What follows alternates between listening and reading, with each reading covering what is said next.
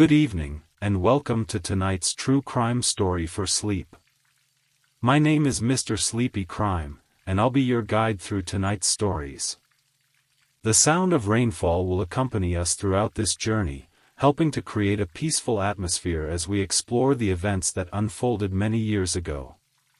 So before you drift off, let me know in the comments where you're listening from and what time it is in your corner of the world, and if you're enjoying the stories, don't forget to like and subscribe. Make yourself comfortable, adjust your pillows if needed, and allow the gentle rainfall to wash away the stress of your day, and let's jump into tonight's stories. Story 1. Tonight, we'll be examining the mysterious disappearance of Eleanor Moss, a librarian whose sudden vanishing from the seaside community of Harbor Point left residents bewildered for nearly a decade. As we move through this story, I'll maintain this calm, measured tone, allowing you to drift into relaxation while still following the narrative.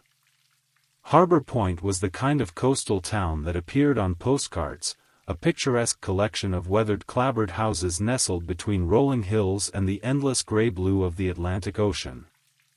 Population 3,200, it was a place where locals still greeted each other by name, where summer tourists doubled the town's size from June through August, and where the rhythmic sound of waves against the shore created a constant, soothing backdrop to daily life. The town library stood at the end of Main Street, a Victorian building with large windows and creaking wooden floors. For 15 years, Eleanor Moss had served as the head librarian, a position she'd taken after graduating with honors from the State University. At 42, Eleanor was known for her remarkable memory, her collection of vintage brooches always pinned to her cardigans, and her quiet but warm demeanor that made even the most reluctant readers feel welcome. Eleanor lived alone in a small blue cottage 2 blocks from the library. She had never married, though locals occasionally whispered about her friendship with a professor from the university who would visit during summer breaks. Her daily routine rarely varied: up at 6:30 for tea and toast, a walk along the shore before opening the library at 9 o'clock, lunch at her desk, and home by 6 o'clock for dinner and reading until she retired at 10 o'clock. The townspeople considered Eleanor a fixture of Harbor Point, as reliable and steadfast as the lighthouse that stood on the northern cliffs. That's why her disappearance on October 17, 1987, a cool Saturday with skies the color of slate, came as such a profound shock to everyone who knew her. That Saturday had begun like any other for Eleanor. According to Margaret Wilkins, the bakery owner who spoke with police, Eleanor had stopped in for her usual weekend purchase, a cranberry scone and a small loaf of sourdough bread. She seemed perfectly normal, Margaret would later tell Detective James Cooper. We chatted about the book club meeting scheduled for the following Tuesday. She was looking forward to discussing Rebecca. Nothing seemed out of place. Eleanor was last seen at approximately 11:30 a.m., when she left the town's small grocery store with a canvas bag containing milk, tea, and several apples. She nodded hello to George Peterson, the high school English teacher, as they passed on the sidewalk. George would later recall that Eleanor mentioned something about the approaching storm. Weather forecasts had predicted heavy rain for that evening. By Sunday morning, when Eleanor failed to appear for the weekly choir practice at the local church, something she had never missed in 15 years, Reverend Thomas became concerned. After service, he and his wife walked to Eleanor's cottage to check on her. The Blue House was silent, with Saturday's newspaper still in the mailbox.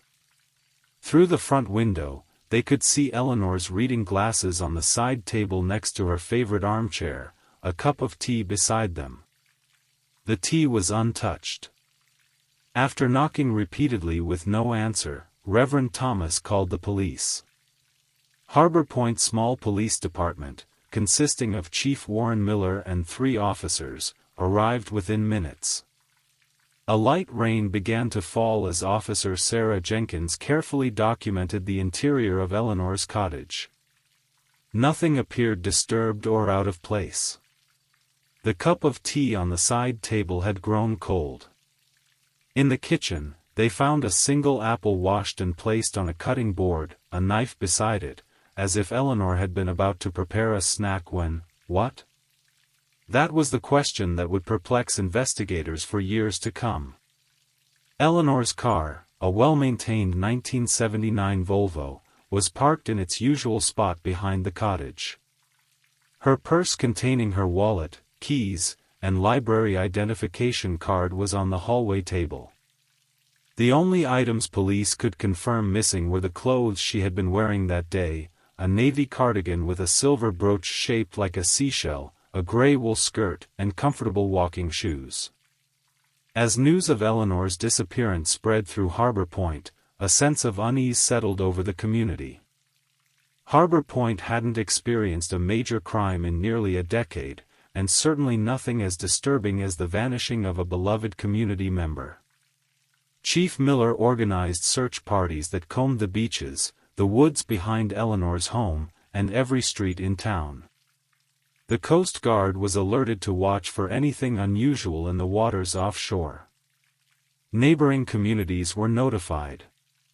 Posters with Eleanor's photograph appeared in shop windows and on telephone poles throughout the county.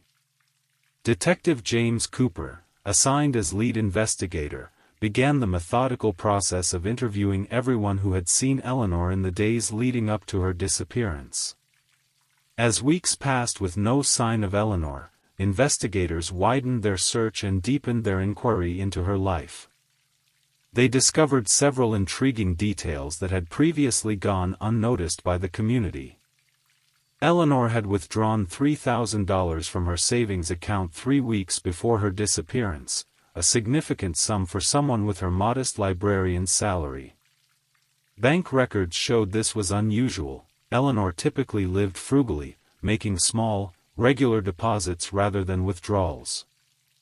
Among her carefully organized papers, detectives found a collection of letters from Dr. Thomas Blackwood, a literature professor at the State University.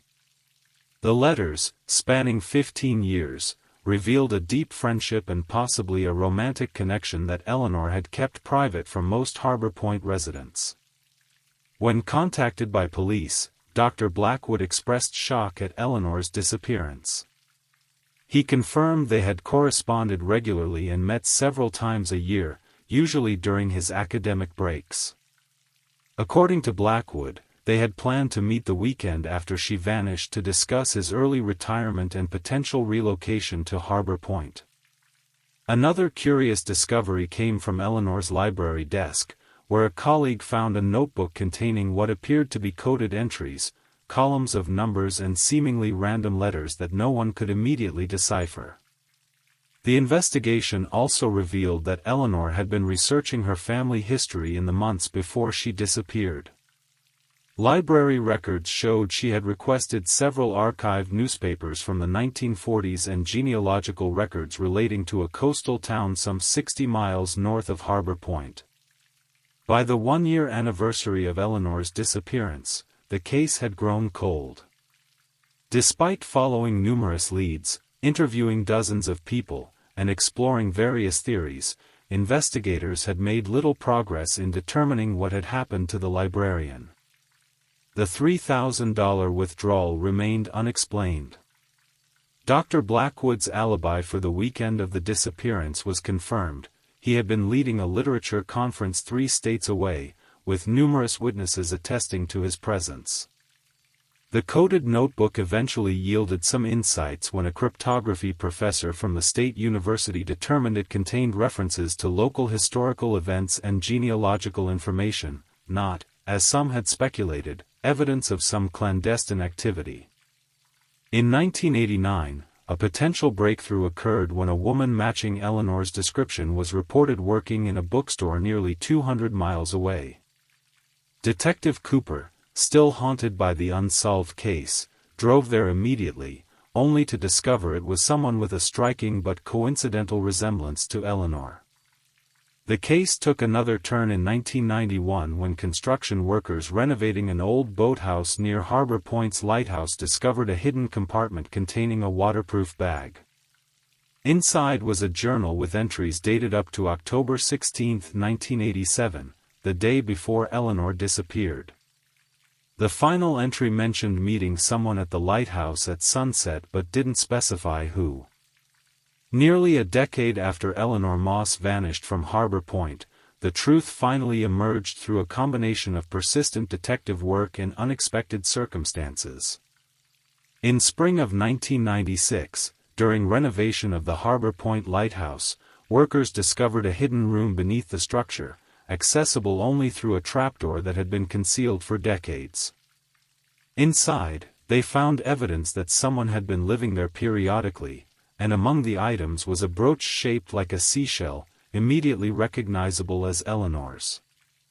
This discovery prompted investigators to re-examine the lighthouse's history, which revealed that Eleanor's maternal grandmother had been the lighthouse keeper's daughter in the 1920s.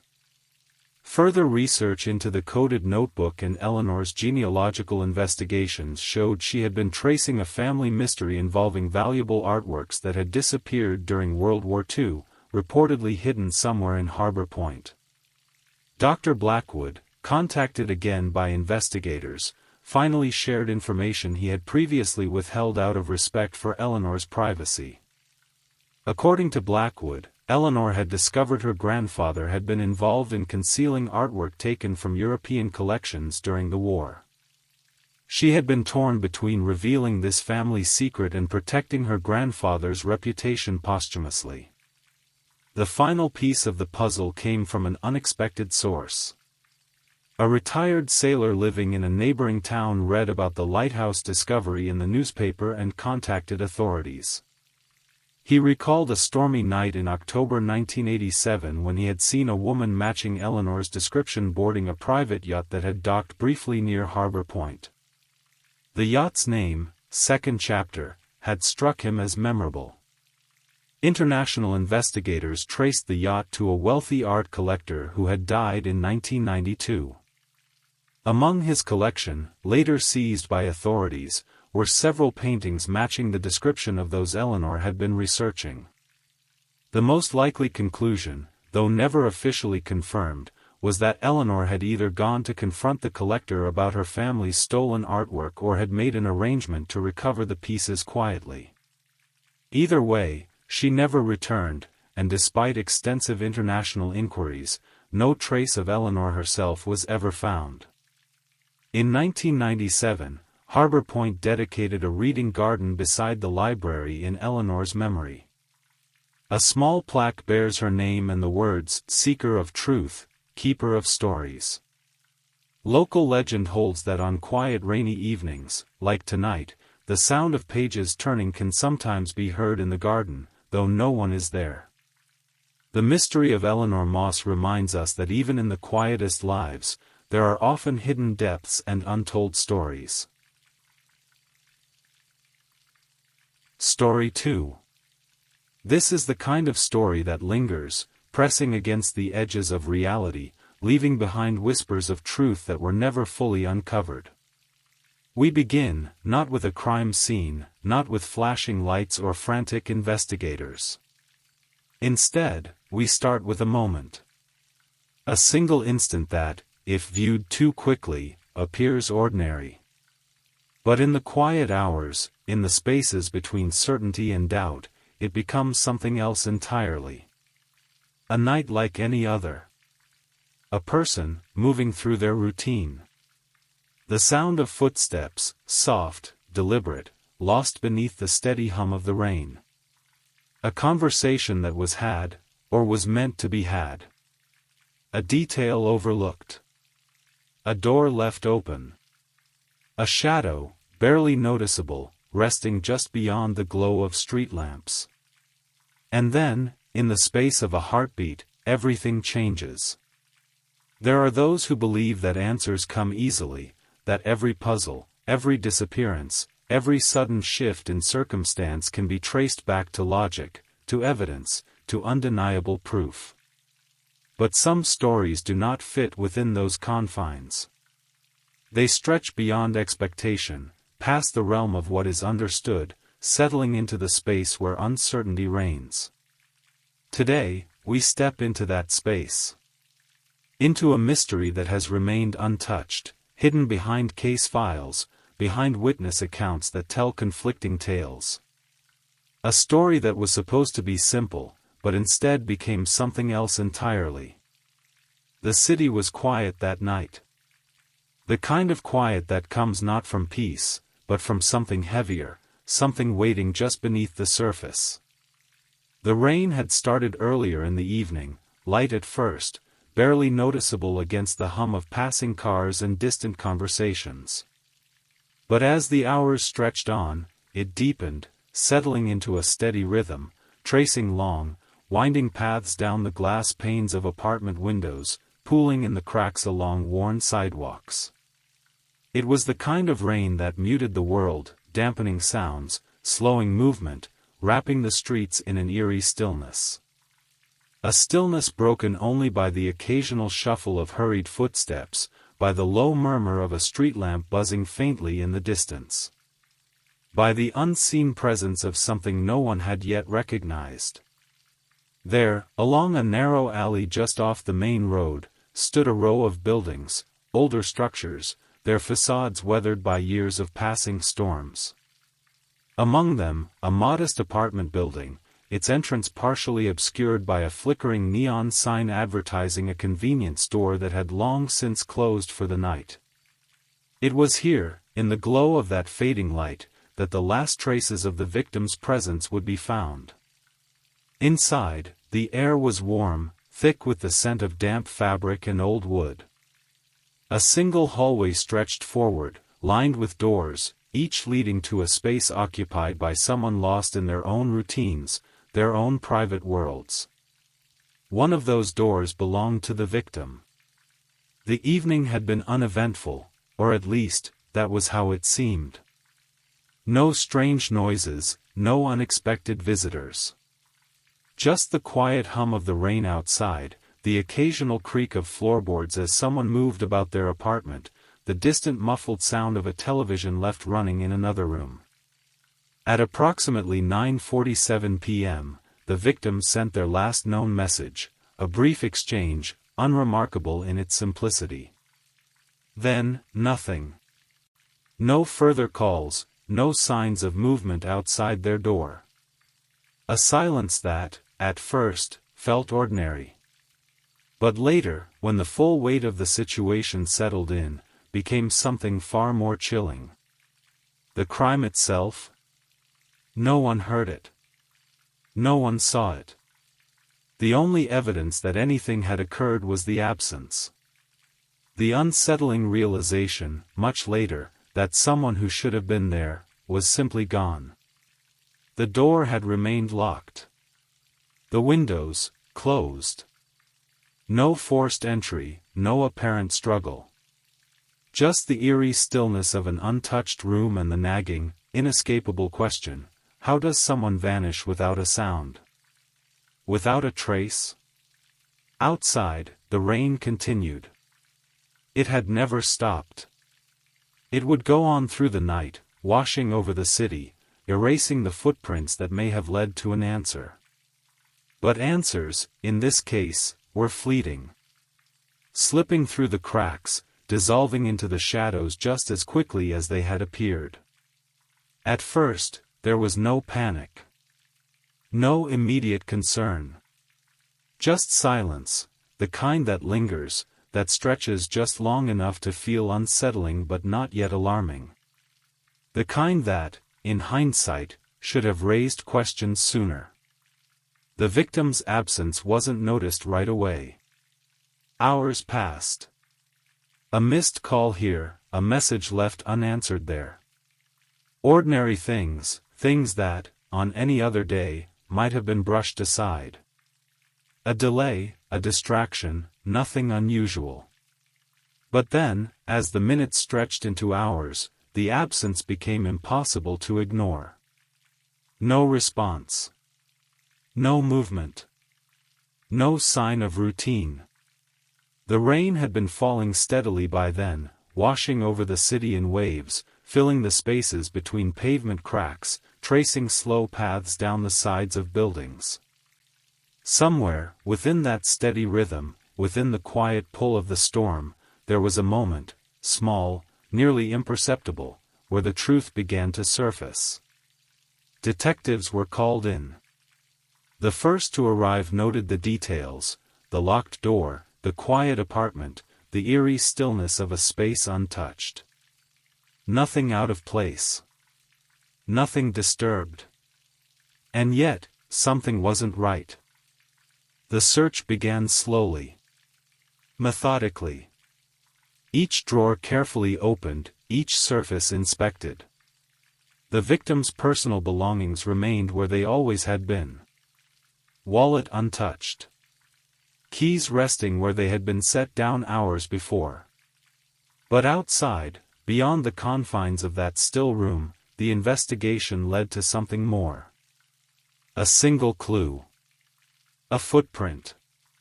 Faint, dissolving beneath the weight of the rain, blurred at its edges, barely visible against the slick pavement. One set. Not two. No sign of struggle, no frantic movement. Just that single trace, proof that someone had been there, that someone had moved through the night, leaving behind no other trace of their presence. Could it have meant something? Or was it nothing, a moment washed away before it could ever be understood? Detectives retraced the timeline, following the last moments before disappearance. The last known location. The final interactions. Details that should have fit together. But instead, they left gaps, unanswered questions, empty spaces where certainty should have been. A witness? None. A sound? Not a single one reported. Just the quiet pull of the rain, the steady hum of a city lost in its own rhythm, unaware that, somewhere beneath its surface, a mystery was settling in. What happened between those moments? Between the last confirmed sighting and the realization that the victim was gone? Was it planned? Was it sudden? And most importantly, why did no one see anything? By the time investigators pieced together the timeline, it had already begun to slip away. The absence had stretched too long. The rain had done what rain always does, washed away what might have been proof, blurred the edges of what should have been clear. What remained was speculation. Fragments. And theories, each one carrying its own weight, its own implications, its own questions. The first theory was simple. A voluntary disappearance. A choice made in silence. No signs of forced entry. No immediate struggle. No last-minute distress call. Some believe that, on that night, the victim chose to walk away, to leave behind their belongings, their routine, their life. There were those who pointed to personal matters, to quiet details from the past, things that might have hinted at an exit planned long before the rain fell. But for others, that theory didn't sit right. There were contradictions. Pieces that refused to align. The victim's last messages carried no urgency, no farewell, no indication of finality. And then there was the footprint, one solitary trace, left behind, fading beneath the weight of the storm. A footprint belonging to someone who was there, but who? The second theory took investigators in a different direction. An encounter. A moment unseen. A disappearance not by choice, but by force. Some believe that, within those quiet hours of rain-soaked stillness, someone else had entered the story, someone unknown. But if that were true, if there had been another presence, why were there no other signs? No broken lock. No forced entry. Nothing to suggest a struggle. Yet, absence itself is a kind of evidence.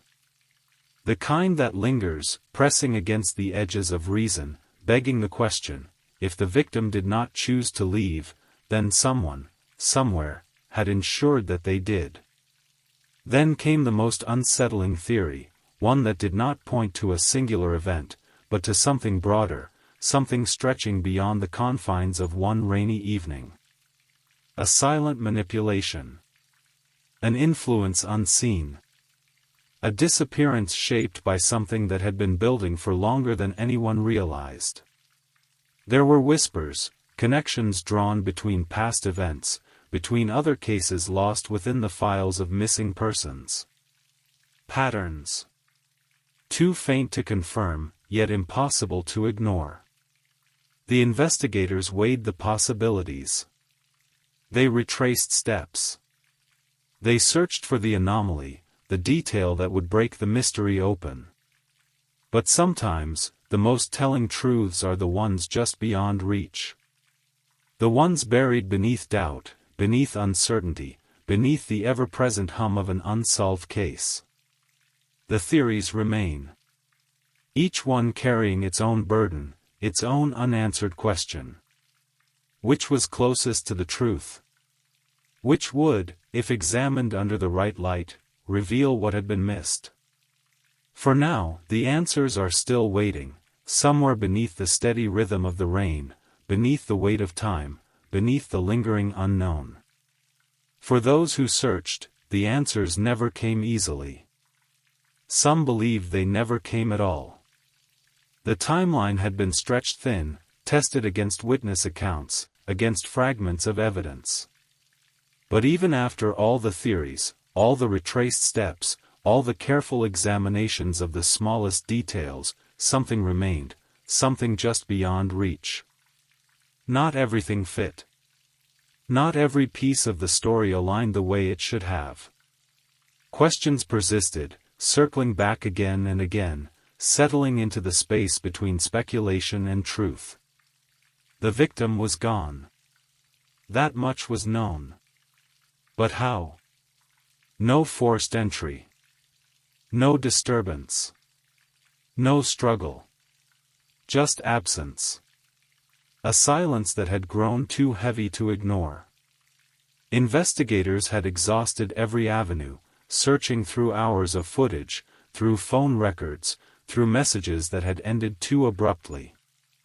But there was always something missing, some small, imperceptible detail that would have made sense of it all. One possibility still lingered in the background, one that had never been proven, yet had never been fully dismissed. Could it have been planned? Could it have been executed so precisely, so seamlessly, that it left no trace? Some believed so. That the disappearance had been orchestrated, not in haste, not in panic, but in careful, calculated silence. That whatever had happened that night had been decided long before the rain ever touched the pavement. Others were less certain. Because if it had been planned, if the victim had been taken, if they had vanished by design, why was there no pattern? Why was there no precedent? No messages hinting at danger. No warnings. No leads that pointed toward an expected conclusion. Just that single footprint. A detail so small, so easily overlooked. It had blurred beneath the weight of the rain, faded into nothing before it could ever be analyzed. Yet, even after all the time that had passed, it remained the only thing left behind. Perhaps, in another quiet moment like this, the truth will emerge. Perhaps, in the spaces between certainty and doubt, someone will find the missing piece.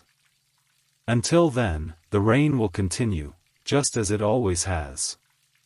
Unbroken. Unrelenting. Carrying the story forward, even when no one is listening.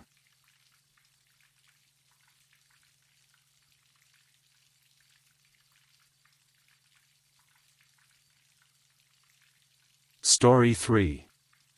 Maplewood was a quiet community nestled between pine-covered hills and a misty lake, located in the northwestern corner of Vermont. It was the kind of town where generations of families had lived side by side, where the changing seasons dictated the rhythm of daily life. In the early 1980s, before cell phones and social media connected everyone instantaneously, Maplewood operated on trust and familiar routines. The kind of place where people left doors unlocked and neighbors knew each other's schedules. If Mrs. Peterson didn't take her morning walk by the lake at precisely 7:15, someone would surely check on her. The town centered around a main street with storefronts that had barely changed since the 1950s, a hardware store run by the Thompson family for 3 generations, a small grocery with locally sourced produce, and the Lakeview Diner where gossip flowed as freely as the coffee. Beyond the town center stood the old library, a Victorian structure with large windows that caught the morning light.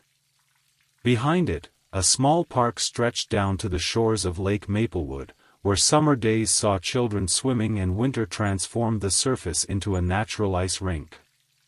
The rain we hear tonight is reminiscent of the frequent storms that would roll across the lake, sending residents hurrying home or into the nearest shop for shelter. Those rainy days were perfect for visits to the library, where Elaine Morgan would help patrons find the perfect book to accompany the weather.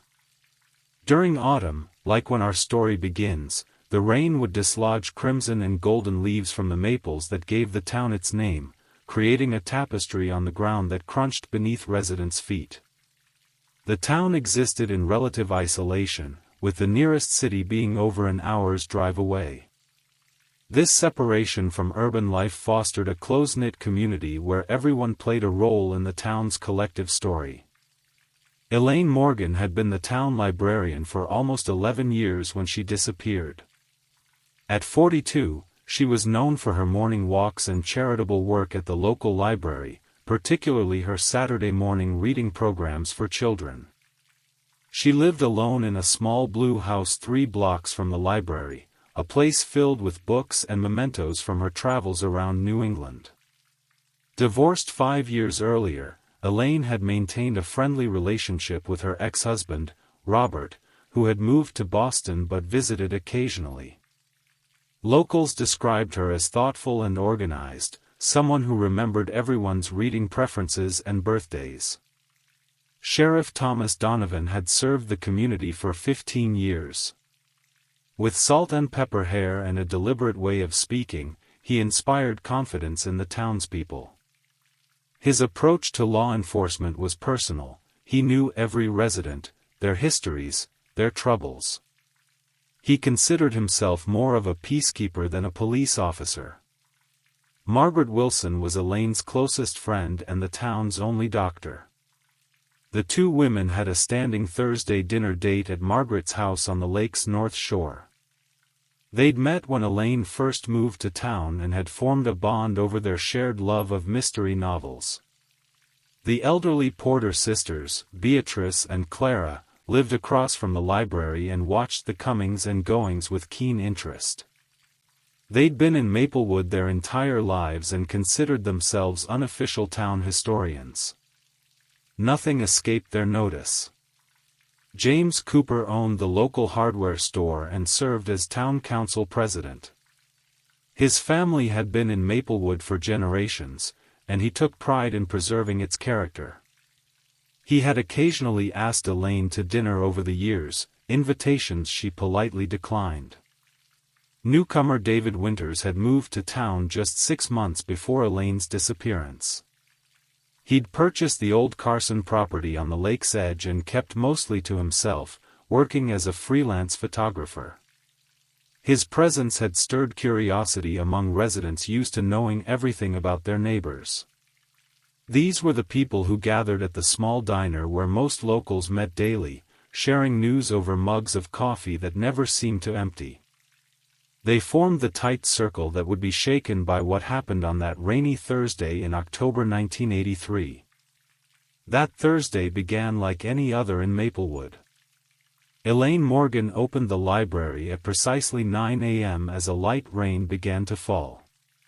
Several patrons recalled seeing her shelving books in the reference section around noon, wearing her characteristic cardigan, blue that day, and with reading glasses perched on top of her head. Mrs. Porter borrowed a cookbook just after lunch and mentioned that Elaine seemed distracted, checking her watch frequently. This wasn't entirely unusual. Elaine was meticulous about timing, but Mrs. Porter noted it because Elaine had to ask her to repeat her question about when the book was due.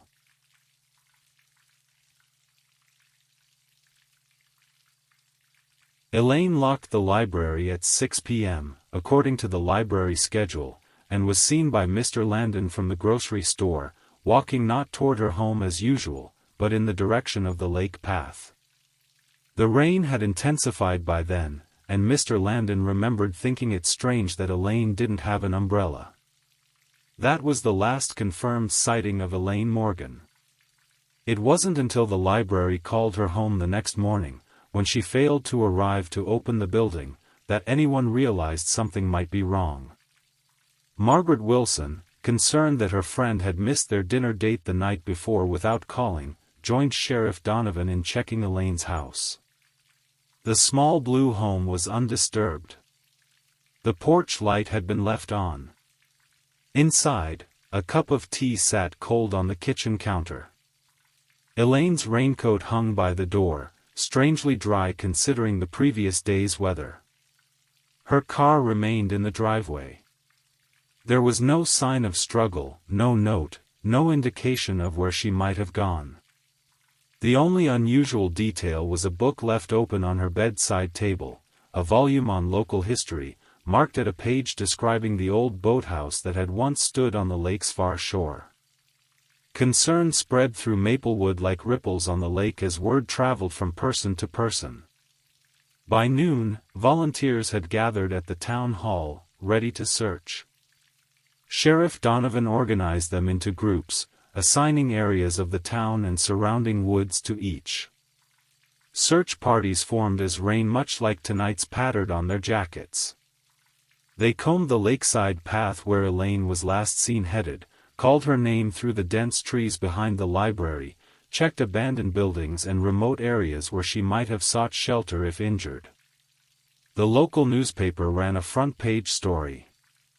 Residents hung posters in shop windows. The community access television station interrupted regular programming to broadcast updates and requests for information.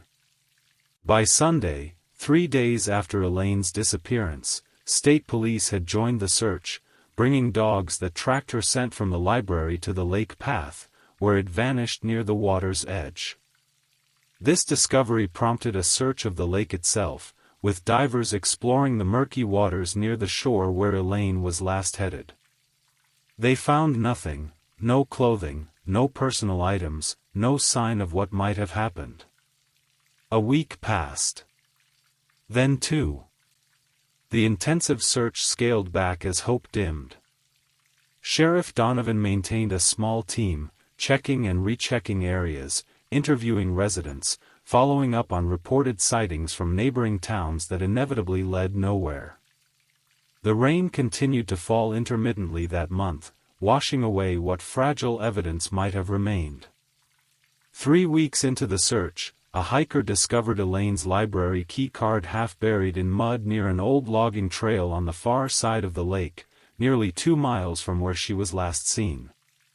The card was dirty but undamaged, as if it had been dropped rather than exposed to the elements for weeks. Sheriff Donovan expanded the search area, focusing on the dense woods surrounding the trail. Volunteers again came forward, combing the underbrush inch by inch. They found nothing more, no clothing, no handbag, no additional personal items. The discovery of the key card raised questions. Had Elaine gone hiking in the rain? If so, why? And why hadn't she taken her raincoat? Had someone else placed the card there to mislead investigators? Sheriff Donovan began interviewing residents again, looking for any detail that might have been overlooked. He paid particular attention to Elaine's interactions in the days before her disappearance. Library records showed nothing unusual in her work patterns. The last book she had checked out for herself was a volume on native plants of Vermont. Checking through the library's visitor log, Donovan noted that David Winters, the newcomer photographer, had been in the reference section the afternoon Elaine disappeared. When questioned, Winters confirmed this but said he hadn't spoken with her beyond requesting help finding a book on local landscapes. A mysterious phone call to the library, recorded in Elaine's neat handwriting in the message log, turned out to be from a publisher regarding a collection of local historical photographs Elaine had been helping to compile. Nothing suspicious. Margaret Wilson provided insights into Elaine's state of mind from their recent conversations. Elaine had mentioned feeling watched while walking home the previous week but had laughed it off as the result of reading too many mystery novels. She had also spoken of possibly taking a trip to visit her sister in New Hampshire, though no specific plans had been made. As months passed, habits changed. Doors were locked. Parents no longer allowed children to play unsupervised by the lake. The community that had once operated on trust now experienced the uneasy feeling of suspicion. People noticed when neighbors acted differently or kept unusual hours. The case received statewide attention for a time. Elaine's ex-husband Robert came from Boston to assist with the search and spoke at a community meeting, describing her as level-headed and unlikely to vanish voluntarily. He stayed for 2 weeks before returning to his life, visibly affected by the lack of answers. With winter came a blanket of snow, covering any remaining evidence. The frozen lake, once a place of winter recreation, remained largely deserted that season. The search officially continued but with diminishing resources and fading hope of resolution. Whispers and theories continued over coffee at the diner, over grocery store encounters, across fences between neighbors. Some thought Elaine had simply left town to start over elsewhere, though this theory was undermined by her abandoned car and possessions. Others feared she had met with an accident in the woods or lake. A few voiced suspicions about various community members, from her ex-husband to the quiet newcomer David Winters. The library remained closed for a month after her disappearance, reopening with a substitute librarian from the next town over. A small memorial of flowers and books appeared beside the front desk, growing smaller as the months passed but never disappearing entirely. By the 1-year anniversary of Elaine's disappearance, the active investigation had been reduced to occasional reviews of the case file. Sheriff Donovan kept a photo of Elaine on his desk, a reminder of unfinished business.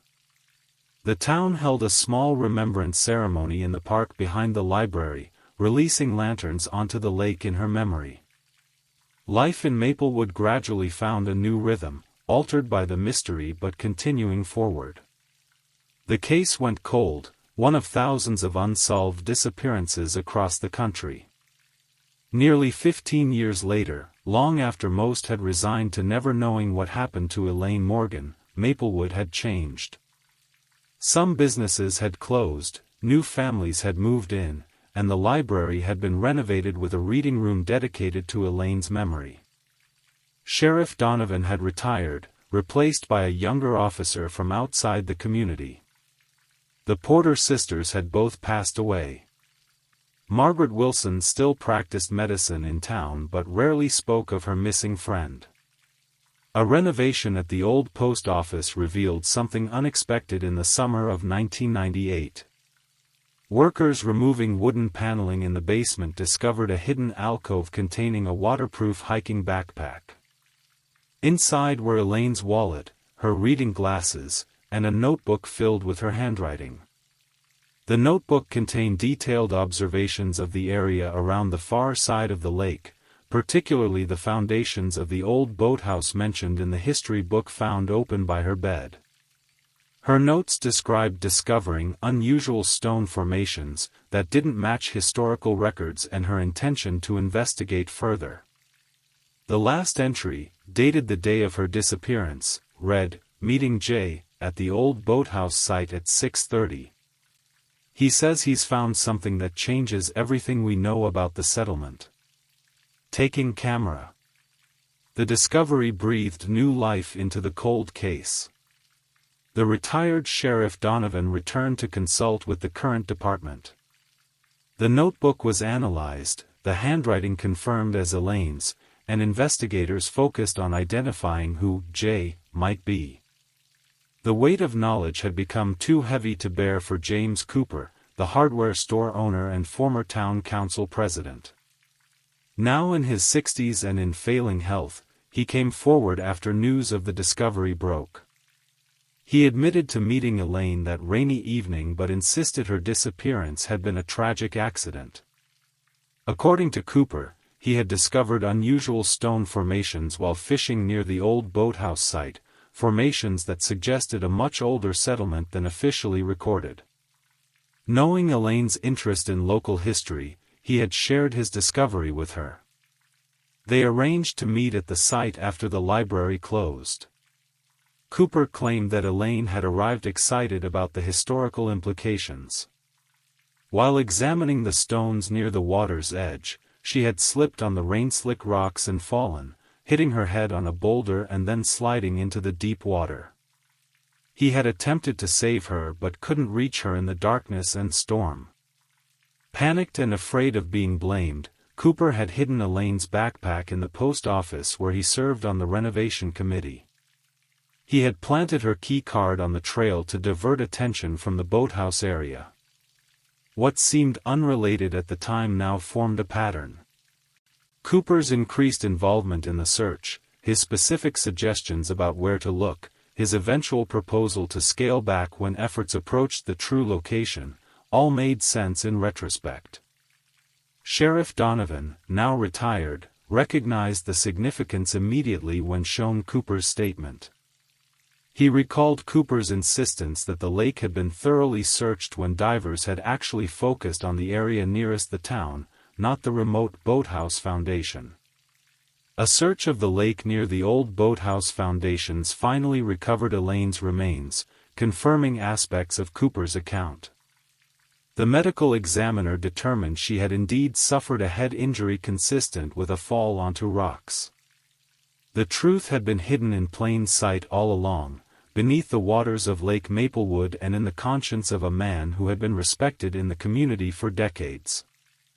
James Cooper was arrested and charged not with murder, but with obstruction of justice and improper disposal of human remains. Motivated not by malice but by a tragic misunderstanding and subsequent fear, he had allowed the town to suffer uncertainty for 15 years. The courtroom was silent as the verdict was read, guilty on all counts.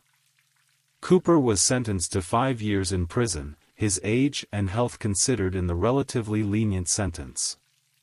He offered a public apology to the community and to Elaine's family, expressing profound remorse for his actions and inactions. For Elaine's sister, the answer brought complicated emotions, relief at finally knowing, anger at the years lost to uncertainty, and grief renewed by the recovery of her sister's remains. She spoke at a community memorial service, thanking the town for never forgetting Elaine and expressing hope that the resolution would bring peace to all who had been touched by the mystery. The investigation confirmed that Elaine's death had indeed been accidental. The stones she had been examining were later determined by archaeologists to be significant, evidence of a previously undocumented indigenous settlement that predated the town's official history by centuries. Margaret Wilson established a scholarship in Elaine's name for students interested in local history and library science.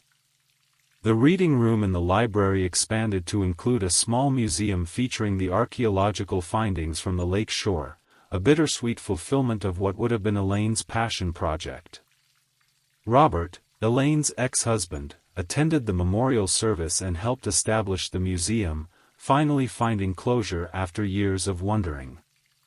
David Winters, the newcomer who had been viewed with suspicion, contributed photographs of the lake and surrounding landscape for the exhibit. Maplewood changed after that day. The resolution of Elaine's case removed a shadow that had hung over the community for a generation. Parents once again allowed their children to play by the lake. The town's relationship with its past deepened, acknowledging both the indigenous history revealed by Elaine's final discovery and the more recent history that included her story. The investigation changed how rural communities approached missing persons cases throughout the region. The importance of thoroughly documenting and preserving even seemingly insignificant details was emphasized in law enforcement training, with Elaine's case used as an example of how small overlooked elements could eventually lead to resolution.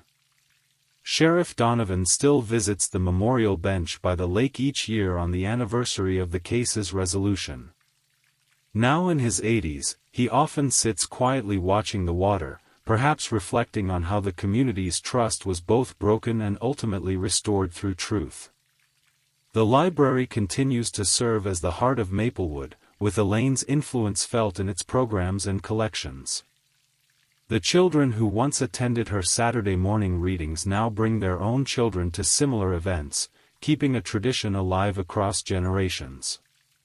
We might wonder how well we truly know those around us, how an upstanding community member carried a devastating secret for so many years, how a routine evening exploration led to such profound consequences, how a small discovery decades later could illuminate a truth long hidden. Perhaps most poignantly, we might reflect on how Elaine's passion for uncovering history led to her becoming part of that very history, her name now permanently associated with both the archaeological discovery and the cautionary tale of how fear and panic can compound tragedy. Elaine is remembered not for how her life ended, but for her contributions to the community, her dedication to knowledge, and ultimately, for bringing to light a deeper understanding of the land upon which Maplewood was built. The rain continues to fall on Maplewood, much as it did that night in October 1983. It falls on the lake that held secrets for so many years, on the library that stands as Elaine's legacy, on the memorial bench where visitors sometimes leave wild flowers.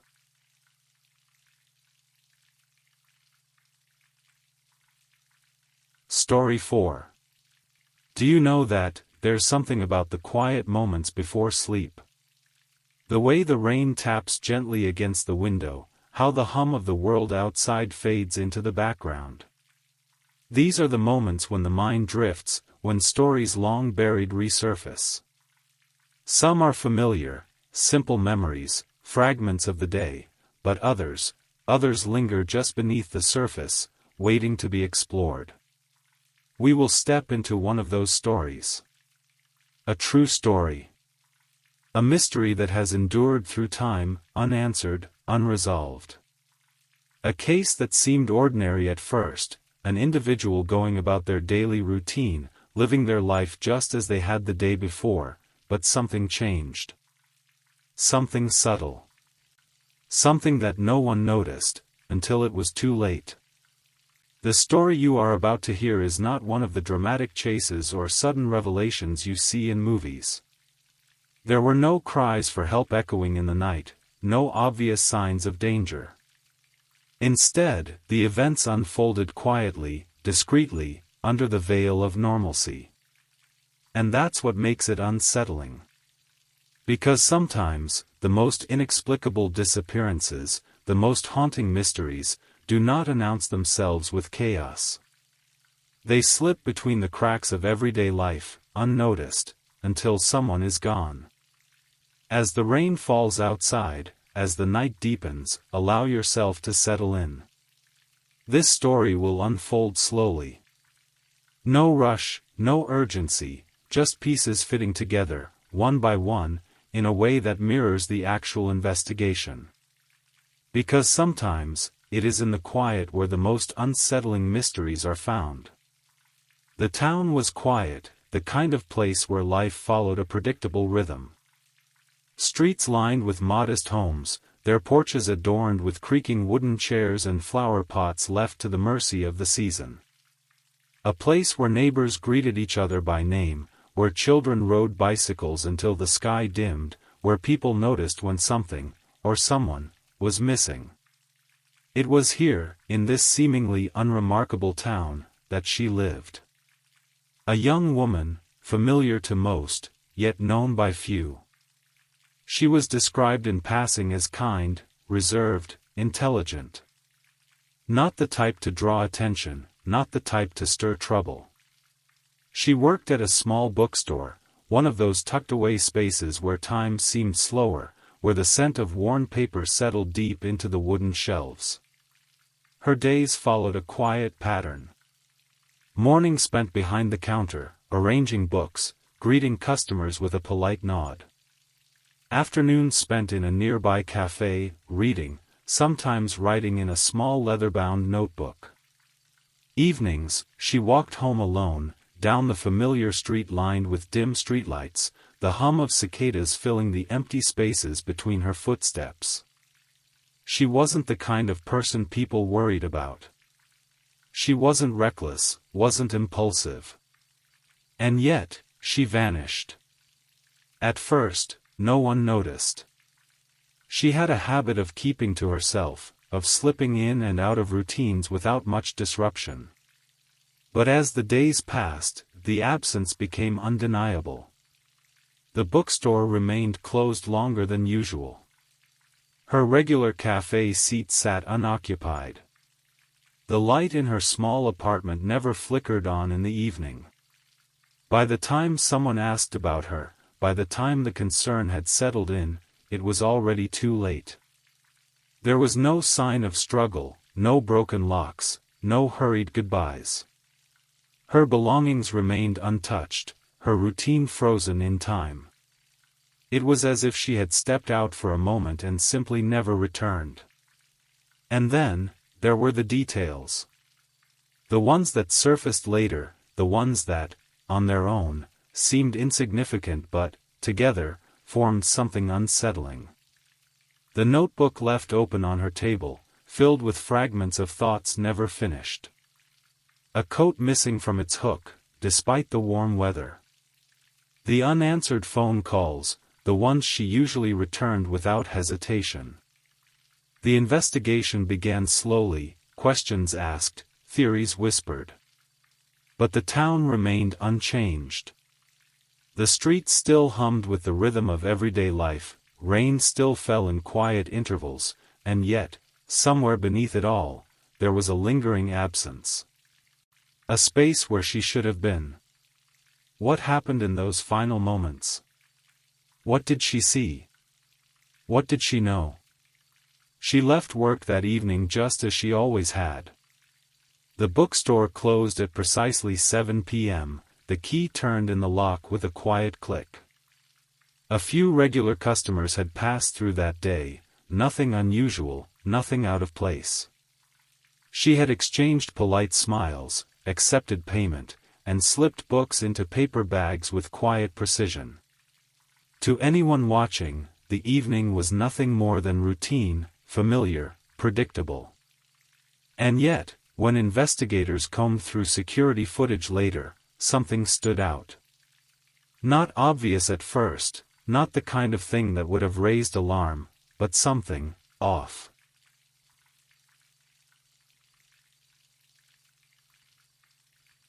A figure loomed in the background.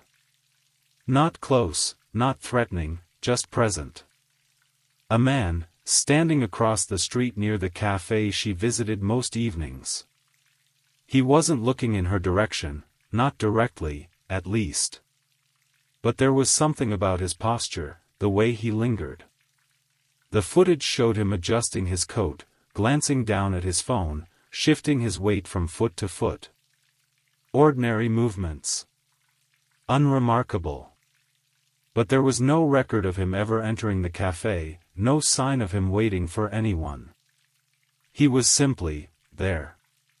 She stepped onto the sidewalk, tucked her hands into her jacket pockets, and began the short walk home.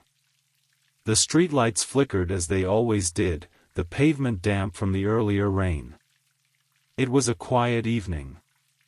And that was the last recorded moment of her presence. What happened next is only speculation, pieced together from scattered fragments, whispered theories, unanswered questions. Her apartment remained untouched. No signs of forced entry. The door locked as usual. Nothing disturbed. But, oddly, Her phone was found placed neatly on the kitchen counter, its screen glowing faintly with missed calls. Calls she should have answered. Calls she always answered. And then, there was the notebook. Left open, as if mid-thought. The last entry was brief, unfinished. A sentence cut off before its meaning could be fully understood. It read, "I think someone is watching me." No date, no explanation. Just those words. Nothing more. Investigators searched the town, asked questions, traced her usual paths. But no definitive answers emerged. The man in the footage? Never identified. The phone calls? No clear pattern. The missing jacket? Never found. Every clue led to more uncertainty. Every detail, rather than bringing clarity, deepened the mystery. What happened in those final moments? Did she sense something that no one else noticed? Was it chance, coincidence, or something else entirely? There is no chaos in this story. No loud, frantic struggle. No screams breaking the silence. Only small details, quiet moments, and a question that remains unanswered. Because sometimes, disappearances don't happen in the shadows. Sometimes, they happen in plain sight. And yet, no one sees them happen at all. The investigation began the way all investigations do, with questions. Simple ones at first. Had anyone seen her? Did she mention plans? Was there anything unusual leading up to her disappearance? The bookstore owner recalled their last conversation, brief, polite, no indication that anything was wrong. Her co-workers noted nothing out of the ordinary.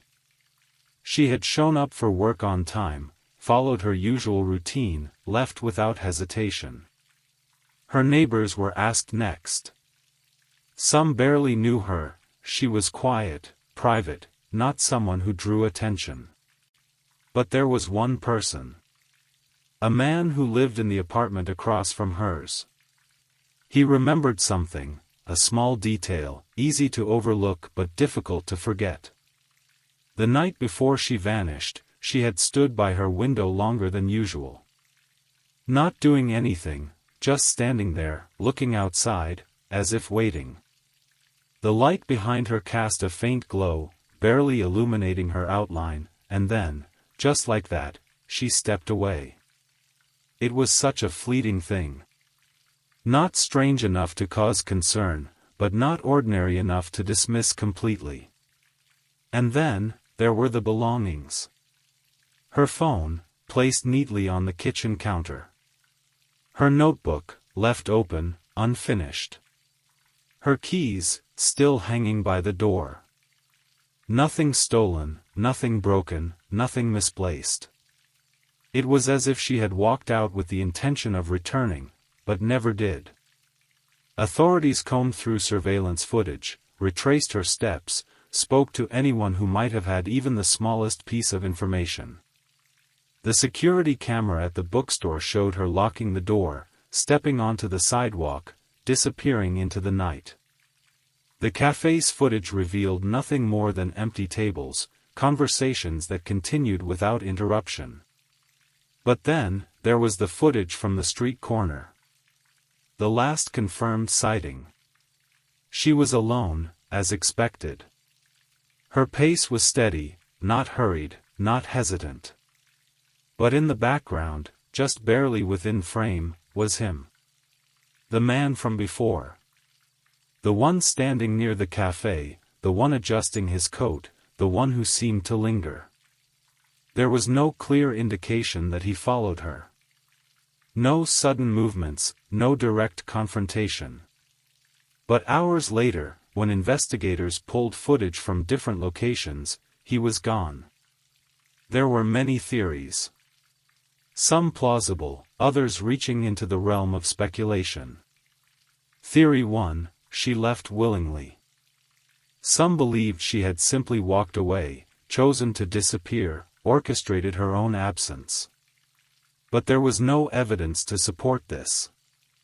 No farewell messages, no withdrawn funds, no indication that she had planned anything at all. Theory 2, a random act. A crime of opportunity, a chance encounter that led to her disappearance.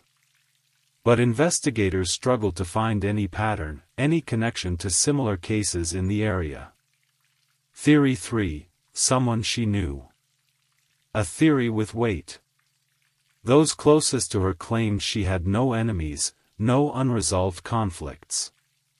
But disappearances like this often involve someone familiar, someone trusted, someone who knew exactly how to make it seem like she had simply vanished. Theory 4, the man in the footage. He was never identified, never questioned. The footage was grainy, unclear. By the time investigators turned their attention to him, he was already gone. Word spread slowly at first, just within the town. People whispered about the disappearance, about the unanswered questions. And then, the media took notice. News reports surfaced. Headlines speculated. The case became something more than just a local mystery. It became a puzzle that people tried to solve from a distance, piecing together fragments, building theories, chasing answers that never seemed to materialize. Some believed they knew what happened. Others insisted there was more to the story than what was being reported. But in the end, the questions remained. The theories continued. The rain fell. And she was still gone. Time passed. Days stretched into weeks, weeks into months, and the absence became something permanent. There were moments, of course, brief instances where hope flickered. A report of someone resembling her. A sighting that was never verified. A message that led nowhere. Each time, the possibility arose, only to fade away again, like footprints disappearing in the rain. And then, nothing. The investigation slowed. Leads ran dry. Names were whispered, theories evolved, but no resolution ever came. It wasn't a case of evidence hidden in plain sight, no startling revelations, no confession that unraveled the truth. It simply remained incomplete. There was no final answer to hold on to, no certainty to bring comfort, only fragments scattered across time. A moment in history, forever unfinished. Perhaps that's the part of the story that lingers the most. Not the missing details or the unanswered questions, but the silence that followed. The way the world continued unchanged, while one life had simply vanished. The rain still falls. The town still hums with its quiet rhythm. The streetlights flicker, the bookstore opens, conversations resume. And yet, somewhere, in the spaces between all of that, there remains a question. An absence. A mystery that refuses to fade. Was she taken? Did she leave? Was it chance, or something planned? For now, it remains as it has always been, unfinished. A story waiting in the quiet, carried by the rain. Story 5.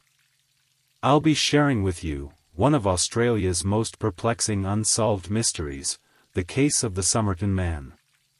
As you listen to the gentle rainfall, allow yourself to relax completely. This strange case from 1948 involves an unidentified man found on a beach, cryptic codes, and questions that have puzzled investigators for over 7 decades.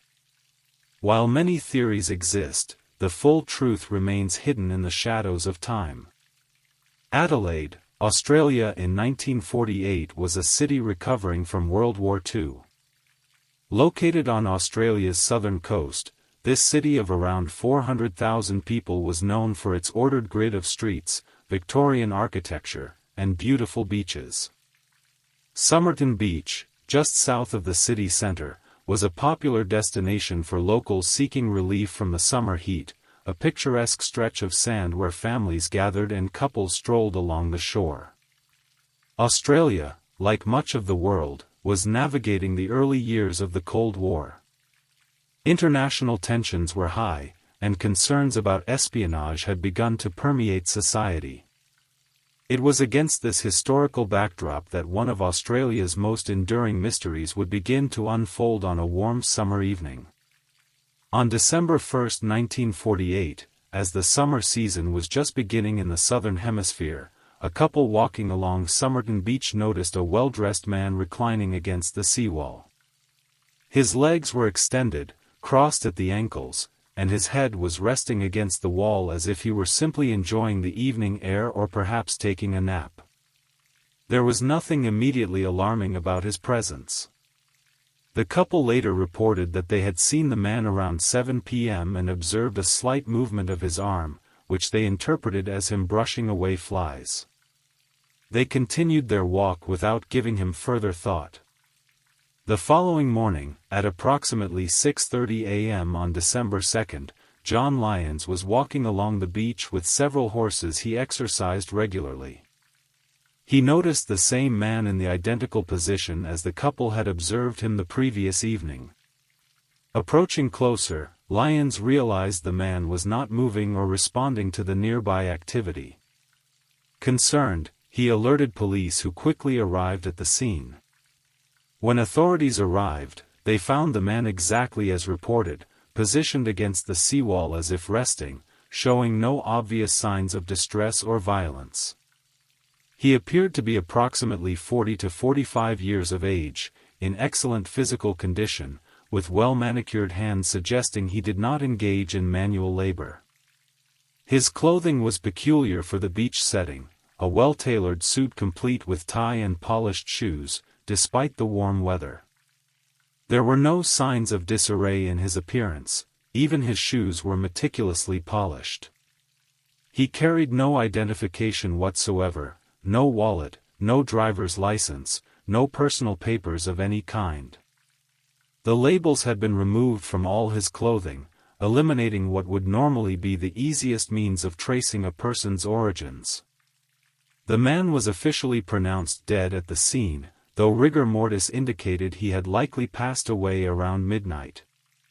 The cause of death was not immediately apparent, as there were no visible injuries or signs of violence. He simply appeared to have died while resting against the seawall, his expression peaceful, as if he had merely fallen asleep. The body was transported to the Royal Adelaide Hospital, where a thorough autopsy was conducted. The examination revealed several unusual findings. The man's organs showed extreme congestion, particularly in the stomach and liver, suggesting possible poisoning. Yet toxicology tests were inconclusive, they could not identify any known poison in his system. The pathologist, John Bennett Cleland, noted that the man's last meal had been a pastry, likely eaten a few hours before death. Most strikingly, Cleland observed that the man's spleen was remarkably enlarged, approximately 3 times normal size, and portions of the liver and stomach showed signs of acute inflammation. Despite these unusual internal conditions, the pathologist could not definitively determine a cause of death. The leading theory became poisoning by some undetectable substance, possibly a rare or sophisticated compound not routinely tested for in 1948. The nature of the symptoms suggested a substance that acted as a heart depressant. The unidentified man stood approximately 5 feet 11 inches tall with a muscular build suggesting athletic training. He had gray-blue eyes, fair to reddish hair, and his features suggested he might be of European origin. His hands showed no calluses, and his feet displayed an unusual characteristic, a condition called clubbed toes, where the toes were wedge-shaped, possibly indicating he had worn pointed, elegant footwear throughout his life rather than utilitarian shoes. On January 14, 1949, over 6 weeks after the discovery of the body, staff at the Adelaide railway station discovered an unclaimed brown suitcase that had been checked into the station's luggage room on November 30, the day before the Somerton man was found dead. The claim ticket for this suitcase was missing, raising suspicions about a connection to the unidentified man. The contents of the suitcase were as mysterious as the man himself. It contained clothing, all with their labels removed just like the clothing on the body. There was a stenciling brush, commonly used by merchant seamen or military personnel to mark equipment. The suitcase also contained orange thread matching repairs that had been made to the unknown man's coat, strongly suggesting the suitcase indeed belonged to him. Most interestingly, the suitcase contained a distinctively American-made jacket, uncommon in Australia at that time. This, combined with other American items found on the body, suggested possible connections to the United States. However, inquiries with American authorities yielded no matches to missing persons reports. In June 1949, during a more thorough re-examination of the man's possessions, investigators made their most baffling discovery. In a concealed pocket of the man's trousers was a tightly rolled piece of paper. On it were printed the words, "Tam Shud, Persian for, it is ended or, it is finished." The paper appeared to have been torn from a book. Following a public appeal for information about this phrase, a man came forward with an extraordinary connection. This individual, who requested anonymity, revealed that he had found a rare copy of Edward Fitzgerald's translation of The Rubaiyat of Omar Khayyam in the back seat of his unlocked car around the time of the Somerton man's death. The book had been left in his vehicle, which had been parked near Somerton Beach. Most significantly, when examining this book, investigators found that the final phrase, "Tam Shud," had been torn out, and the tear pattern matched perfectly with the scrap found in the dead man's pocket. But the mystery deepened further. On the back cover of the book, barely visible to the naked eye, was a handwritten sequence of letters that appeared to be a code. Cryptographers from military and intelligence agencies analyzed this sequence but could not break the code. Some suggested it might be the first letters of words in a message, others thought it could be a one-time pad cipher used for espionage, while some believed it was simply random letters written by someone testing a pen. Also written in the book was a telephone number belonging to a woman whose residence was less than a mile from where the body was found. For privacy purposes, she was publicly identified only as Jestin, a pseudonym she provided to police. When interviewed, Jestin claimed she had no knowledge of the Somerton man's identity, though she appeared visibly disturbed when shown his autopsy photograph. She acknowledged that she had given a copy of The Rubaiyat to an army officer named Alfred Boxall during World War II, but insisted that Boxall was very much alive and could not be the Somerton man. Police verified her claim when they located Alfred Boxall in Sydney, still in possession of his copy of The Rubaiyat, with an inscription from Jestin, the Tam Shud page still intact in his book. Jestin, a nurse by profession, had moved to Glenelg, near Somerton Beach, in 1948, around the time of the Somerton man's death. She revealed little about her relationship with him, if any existed, and police did not press her further after determining she was not directly connected to any crime. The unusual circumstances of the case led Australian authorities to expand their investigation internationally. Fingerprints and photographs were shared with law enforcement agencies in the UK, US, and other Commonwealth countries. Dental records were compared against military and civilian databases. Despite these extensive efforts, no identification was made. The possibility that the man was a spy became a leading theory. The post-World War II era was the early stage of the Cold War, and Australia housed British weapons testing facilities and intelligence operations. The unidentifiable poison, coded message, and removed labels all pointed to espionage tradecraft. Yet no intelligence agency ever claimed the man as one of their operatives, nor did any family come forward to identify him, a silence that only deepened the mystery. By mid-1949, the case of the Somerton man had captured public imagination throughout Australia and beyond.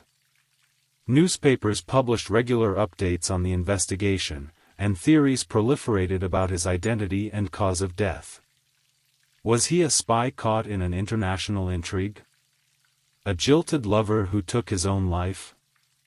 A displaced person from war-torn Europe who had lost all connections to his past? Despite numerous leads and public appeals, concrete answers remained elusive, and the investigation began to stall. Without an identity for the victim, investigators struggled to establish motive or circumstances around his death. Professor John Cleland, who had examined the body, made several observations that added to the intrigue.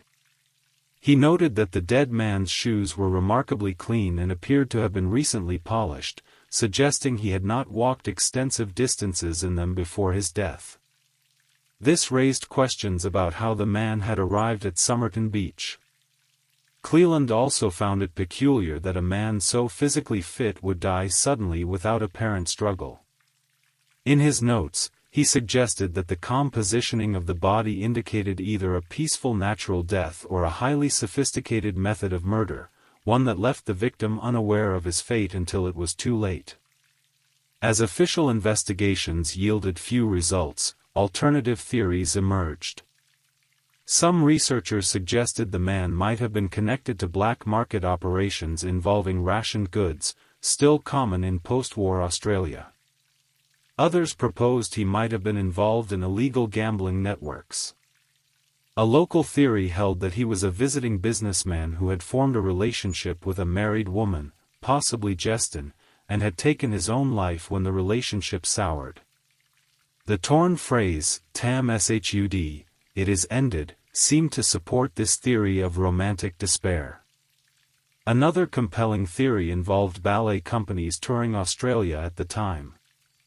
The man's unusual physical characteristics, particularly the wedge-shaped toes similar to those developed by professional dancers, led some to speculate he might have been a dancer or choreographer visiting with one of these companies. This would explain both his physical condition and the absence of local records about his identity. In 1958, nearly a decade after the discovery, the coroner's office held a formal inquest reviewing all the evidence. Despite years of investigation and hundreds of leads followed, the inquest concluded with a stark admission of defeat. The coroner officially recorded the cause of death as "not determined," and the man's identity as "unknown." The Somerton man was buried in West Terrace Cemetery in Adelaide, his grave marked with a small stone reading only "Unknown man found December 1, 1948 at Somerton Beach." Police kept the case technically open, but active investigation had essentially ceased. For decades, the case remained a historical curiosity, occasionally featured in books about unsolved mysteries but generating little new investigation. However, in the early 2000s, interest in the case experienced a remarkable revival due to advances in forensic science and the efforts of dedicated amateur investigators. Rain sounds shift to a gentler pattern. In 2009, University of Adelaide professor Derek Abbott began applying modern forensic techniques to the limited evidence preserved from the case. Using digital enhancement of old photographs, Abbott's team identified unusual genetic characteristics in the Somerton man's appearance, including rare dental and ear features. Most significantly, Abbott proposed a potential connection between the Somerton man and Justin that had never been fully explored. Through extensive genealogical research, he suggested that a child raised by Justin might actually have been the son of the Somerton man, based on shared rare physical characteristics visible in photographs. In 2011, Abbott petitioned for the exhumation of the Somerton man's body to conduct DNA testing, technology that didn't exist in 1948. His request was initially denied on the grounds that the historical and educational value of the mystery might outweigh the need for resolution. However, the persistent efforts of researchers finally bore fruit in May 2021, when South Australian authorities approved the exhumation of the Somerton man's remains.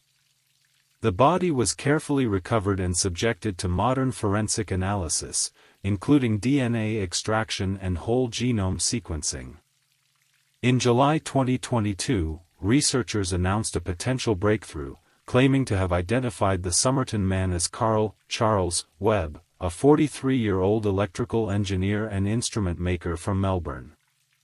This identification was based on DNA extracted from hair samples preserved in plaster casts made of the man's face and compared against ancestry databases. According to this research, Webb was born in 1905 in Victoria, Australia. He had separated from his wife in April 1947 and appeared to have no close family actively looking for him when he disappeared. This might explain why no one had come forward to identify him when his case was publicized. However, as of today, this identification has not been officially confirmed by South Australian authorities, who continue their own forensic investigations. Some researchers have questioned aspects of the identification, and the case retains elements of mystery. Even if the Somerton man's identity is eventually confirmed beyond doubt as Carl Webb or someone else, many questions about the case remain unanswered. What caused his death? Why were the labels removed from his clothing? What was the meaning of the code found in the book? What was his connection, if any, to the woman known as Jestin? And perhaps most intriguingly, why was a line from a Persian poem, Tam Shud, found in his pocket? The case of the Somerton man remains one of the most puzzling mysteries of the 20th century. It combines elements that continue to captivate those who encounter it: a possible spy narrative, unrequited love, cryptic codes, and the fundamental human question of identity. Even with modern science attempting to provide answers, aspects of this mystery may remain forever hidden in the mists of time. As the gentle rain continues to fall, much like it might have on that December night in 1948 when a man's life ended on a beach in Australia, we're reminded that some mysteries persist despite our best efforts to solve them. Perhaps there is something appropriate in this, that some stories retain their secrets, leaving us to wonder about the countless untold human stories that slip away unresolved.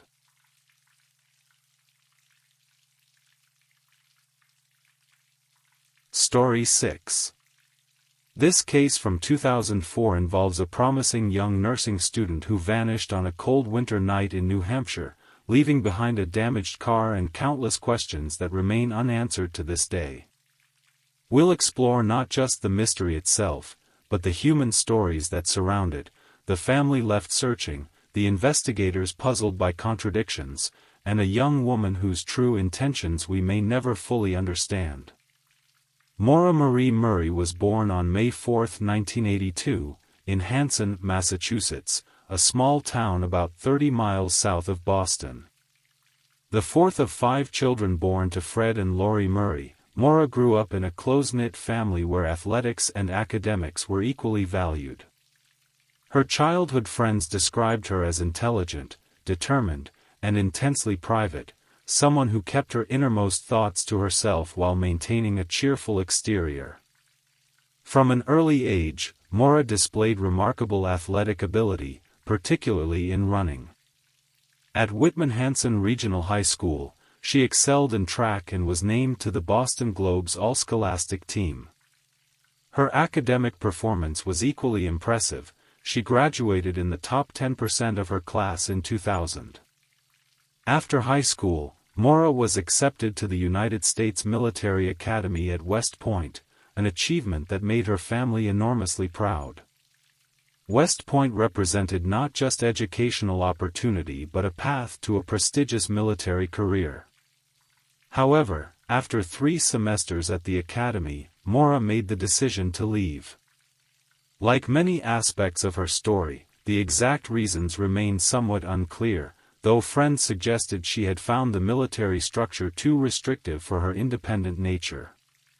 Transferring to the University of Massachusetts at Amherst, Maura began studying nursing, a practical field that appealed to her desire to help others.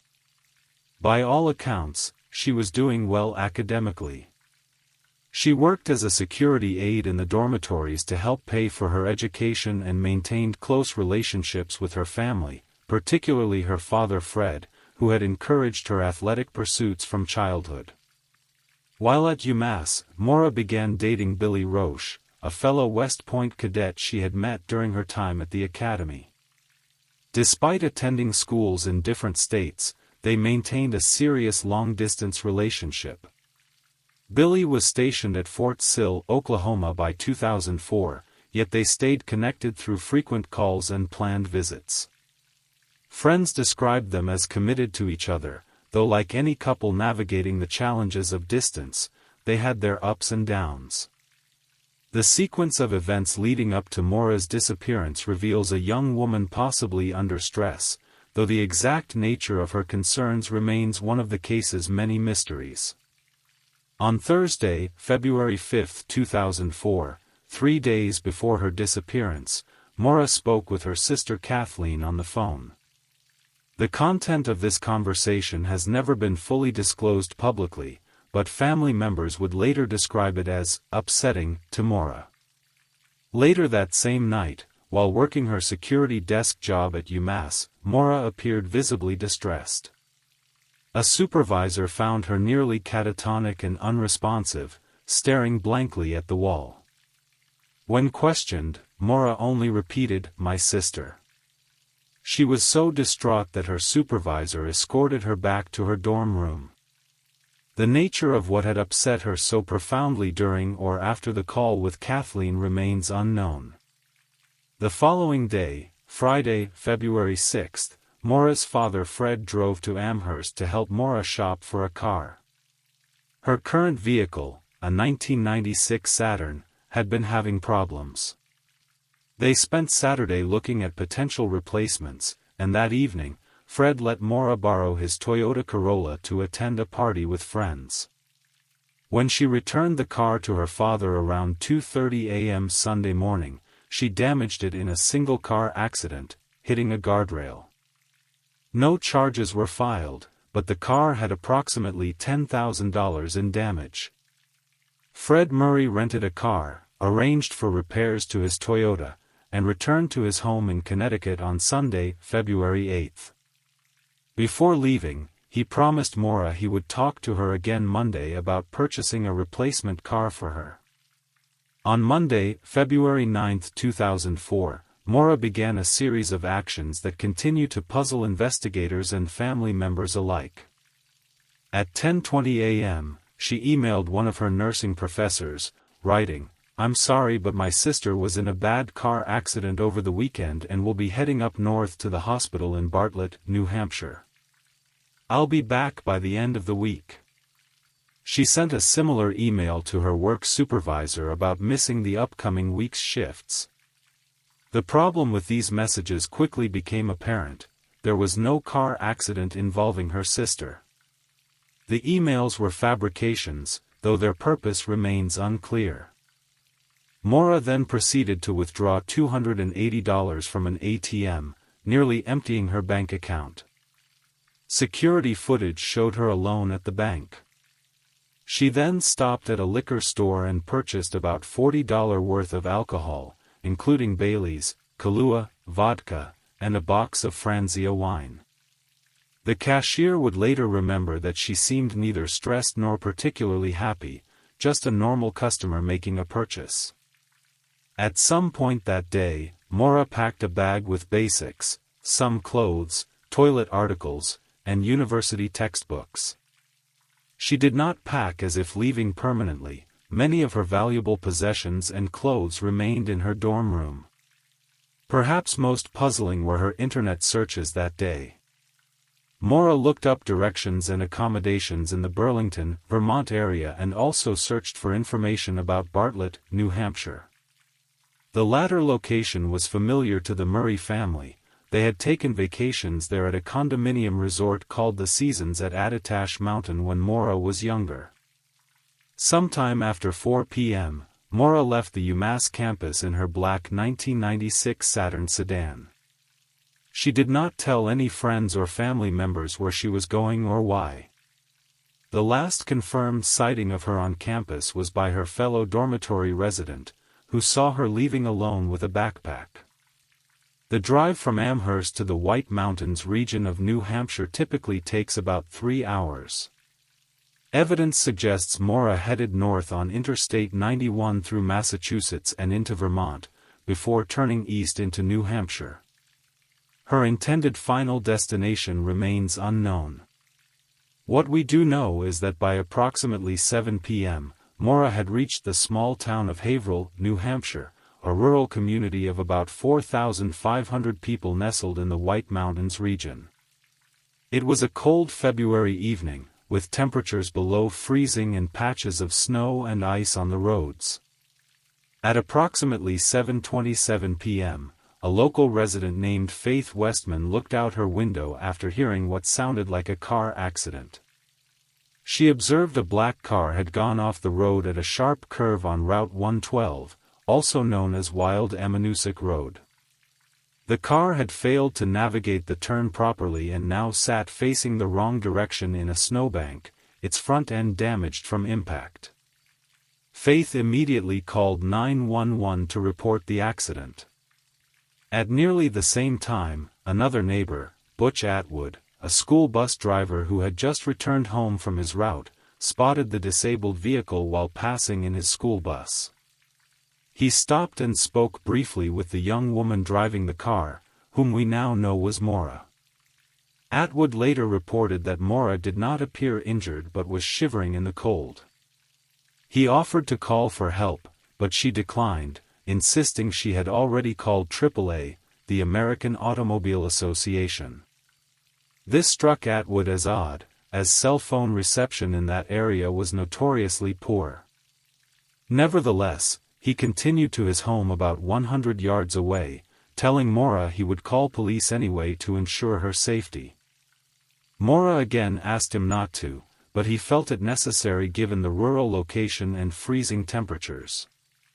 Upon reaching his house, Atwood called police and then informed his wife about the situation. He reported that the young woman did not appear intoxicated but seemed anxious to avoid police involvement. When he looked out his window a few minutes later toward the accident scene, he could see the car's lights still on, but he did not see Maura. At approximately 7:46 p.m., Sergeant Cecil Smith of the Haverhill Police Department arrived at the scene, roughly 19 minutes after the accident was reported. Upon arrival, he found the black Saturn angled into a snowbank with minor damage to the front end and driver's side. The windshield was cracked on the driver's side where Maura's had apparently hit it during impact, and the airbags had deployed. The car doors were locked. Inside, Smith observed items consistent with a weekend trip, a backpack, some clothing, university textbooks, map directions to Burlington, Vermont, and the alcohol Maura had purchased earlier that day. Some of the alcohol containers were open, and a soda bottle in the car contained a red liquid that smelled of alcohol. Most significantly, there was no sign of Maura Murray. In the approximately 19 minutes between Butch Atwood's departure and the officer's arrival, Maura had vanished. A search of the immediate area yielded nothing, no footprints leading away from the scene, though the composition of the road's shoulder, a mix of snow and sand, made prints difficult to identify conclusively, no evidence of another vehicle picking her up, and no sighting of a young woman walking along the rural road. Sergeant Smith ran the vehicle's license plate and identified Maura as the owner. He attempted to contact both her family and her boyfriend Billy Roche but was initially unsuccessful. The vehicle was towed to a local garage, and a more formal search was scheduled to begin the following morning, as darkness and the cold temperature complicated immediate search efforts. Those 19 minutes between Butch Atwood's departure and the police arrival represent the critical window in the Maura Murray case. What happened during this brief period has become the central mystery. Did Maura walk away voluntarily to avoid potential trouble for driving after consuming alcohol? Was she picked up by a passing motorist, either someone she knew or a stranger offering help? Or did something more sinister occur? The rural location adds complexity to every theory. Route 112 in that area is sparsely populated with significant distances between houses.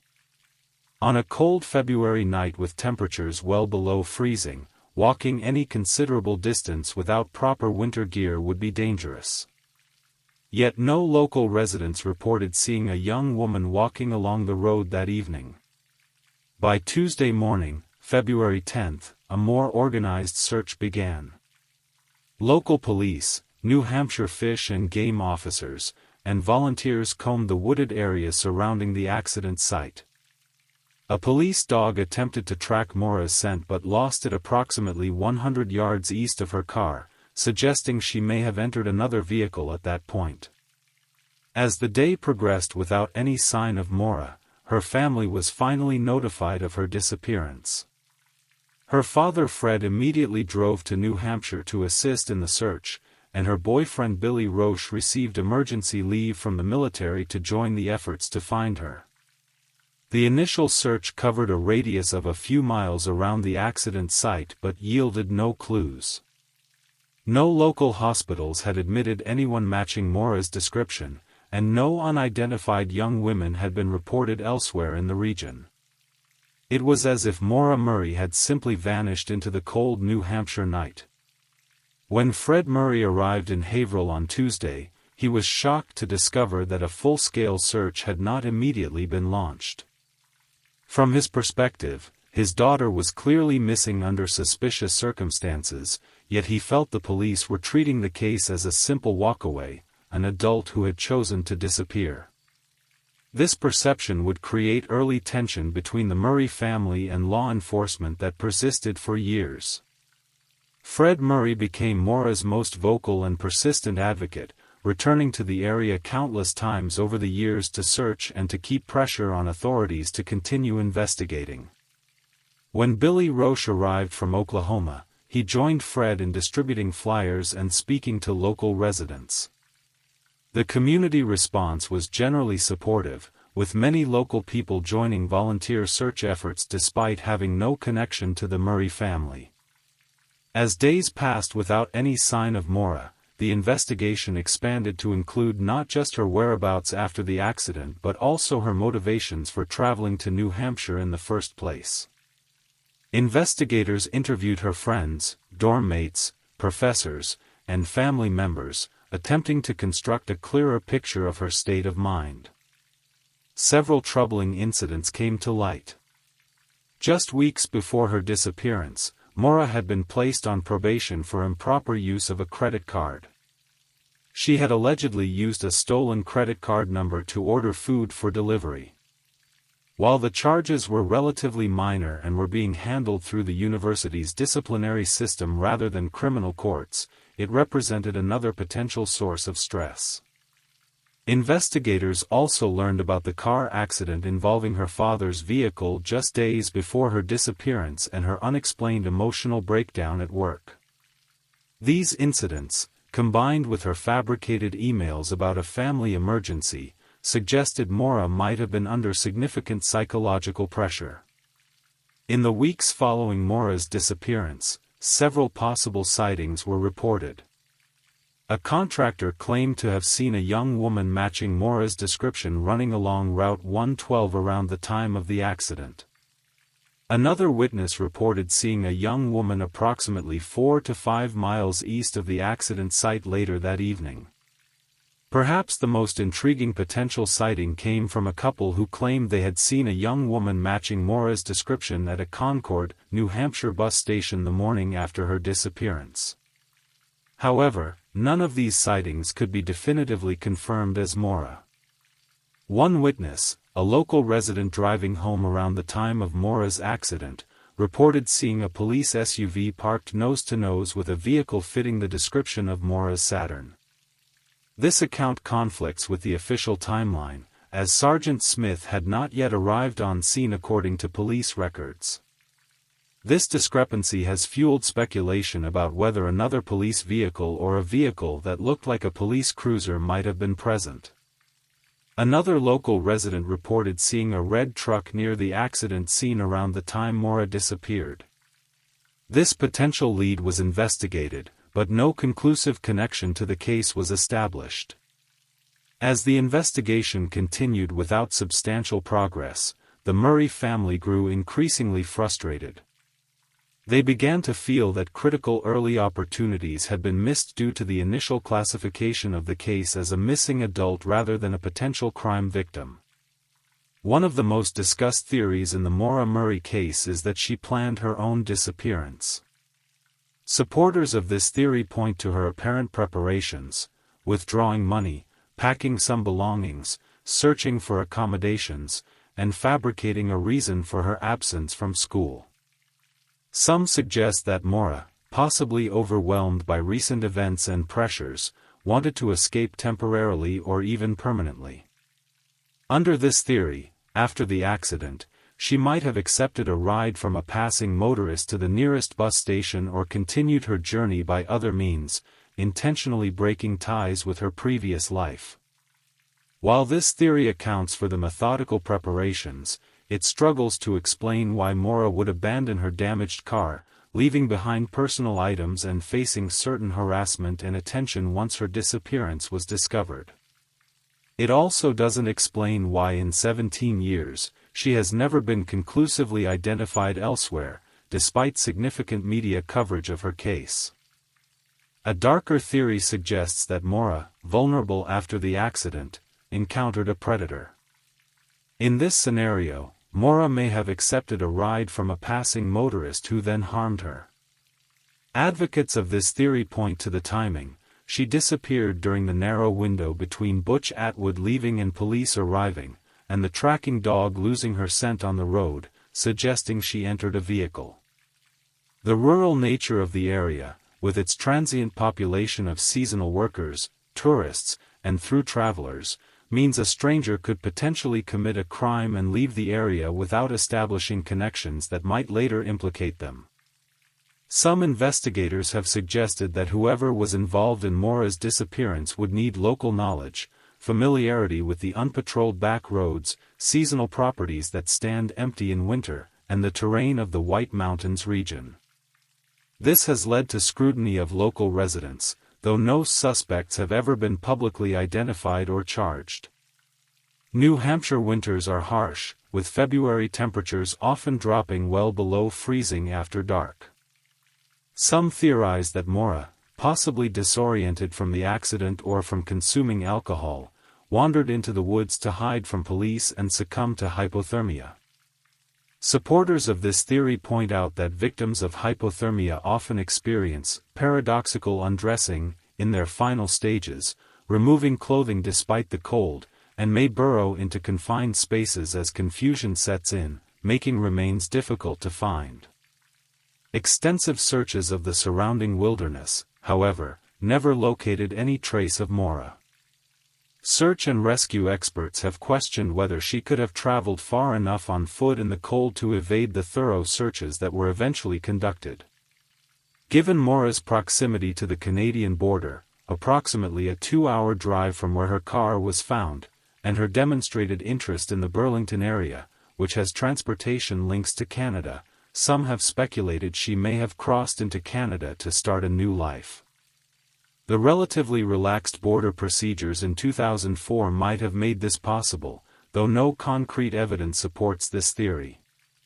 For Fred Murray, the search for his daughter has become a life's mission. Nearly every weekend for years after her disappearance, he would drive to New Hampshire to search, distribute flyers, talk to locals, and pressure authorities to continue investigating. In 2007, Fred filed a lawsuit against several law enforcement agencies, seeking access to the case files under the Freedom of Information Act. The suit was ultimately unsuccessful, with courts ruling that releasing the information might compromise an ongoing investigation. Fred's persistence led to several additional searches over the years. In 2006, he secured permission to conduct ground-penetrating radar tests near the site of Maura's disappearance. In 2019, soil samples were taken from a basement of a house near the crash site after cadaver dogs indicated a possible human decomposition scent. The tests were inconclusive. Maura's case has generated extraordinary media interest, becoming one of the most discussed missing persons cases in internet communities dedicated to true crime. The first major coverage came in 2007 when the show, 2020, featured her disappearance. In subsequent years, her case has been covered by Disappeared, on Investigation Discovery, Crime Watch Daily, and numerous other television programs. In 2017, a documentary series called The Disappearance of Maura Murray aired on Oxygen, bringing renewed attention to the case. The series interviewed family members, investigators, and local residents, exploring various theories but reaching no definitive conclusions. Several podcasts have dedicated extensive coverage to Maura's case, most notably Missing Maura Murray, which has produced hundreds of episodes examining every aspect of her disappearance in minute detail. This podcast community has actually generated new leads and information that have been turned over to authorities.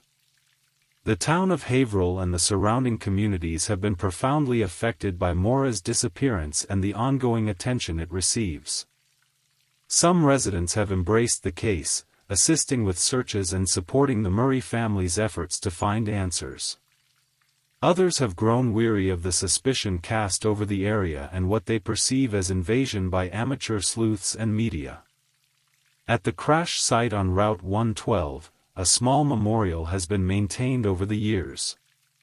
A blue ribbon tied around a tree marks the spot where Maura's car went off the road, often accompanied by flowers or personal mementos left by family or those touched by her story. In 2019, 15 years after Maura's disappearance, the New Hampshire State Police executed a search warrant at a single-family home located about a mile from where Maura's car was found. Ground-penetrating radar had indicated disturbed ground near the foundation, and cadaver dogs had alerted to possible human remains. Despite extensive excavation, no conclusive evidence was found. In April 2019, New Hampshire implemented a new law informally known as Maura's Law, which requires police to notify the family of a missing adult within 24 hours of receiving a missing persons report.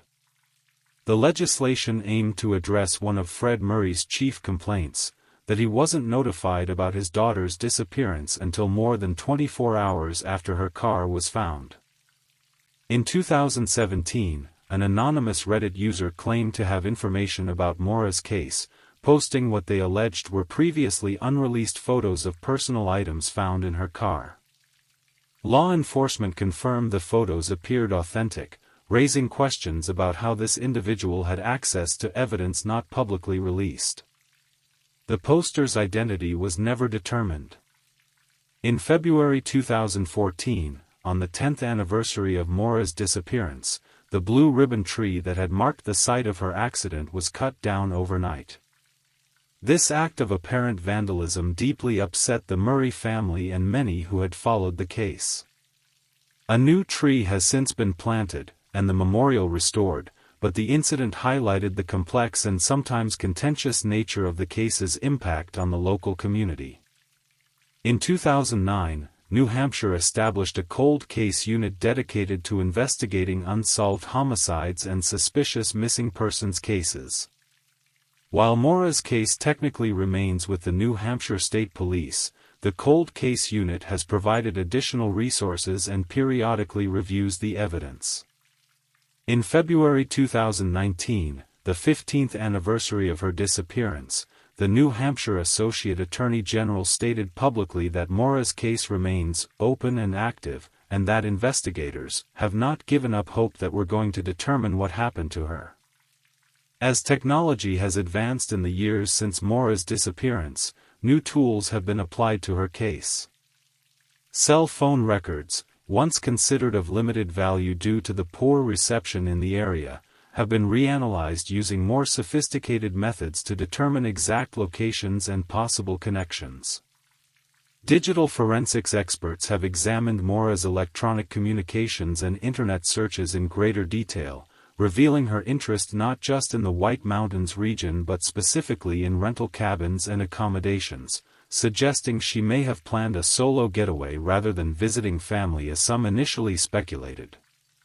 The 2017 Oxygen documentary series brought Maura's case to a new generation of viewers and sparked a resurgence of interest. It led to new tips being submitted to law enforcement and brought attention to aspects of the case that had received less focus, including Maura's life at UMass in the weeks before her disappearance.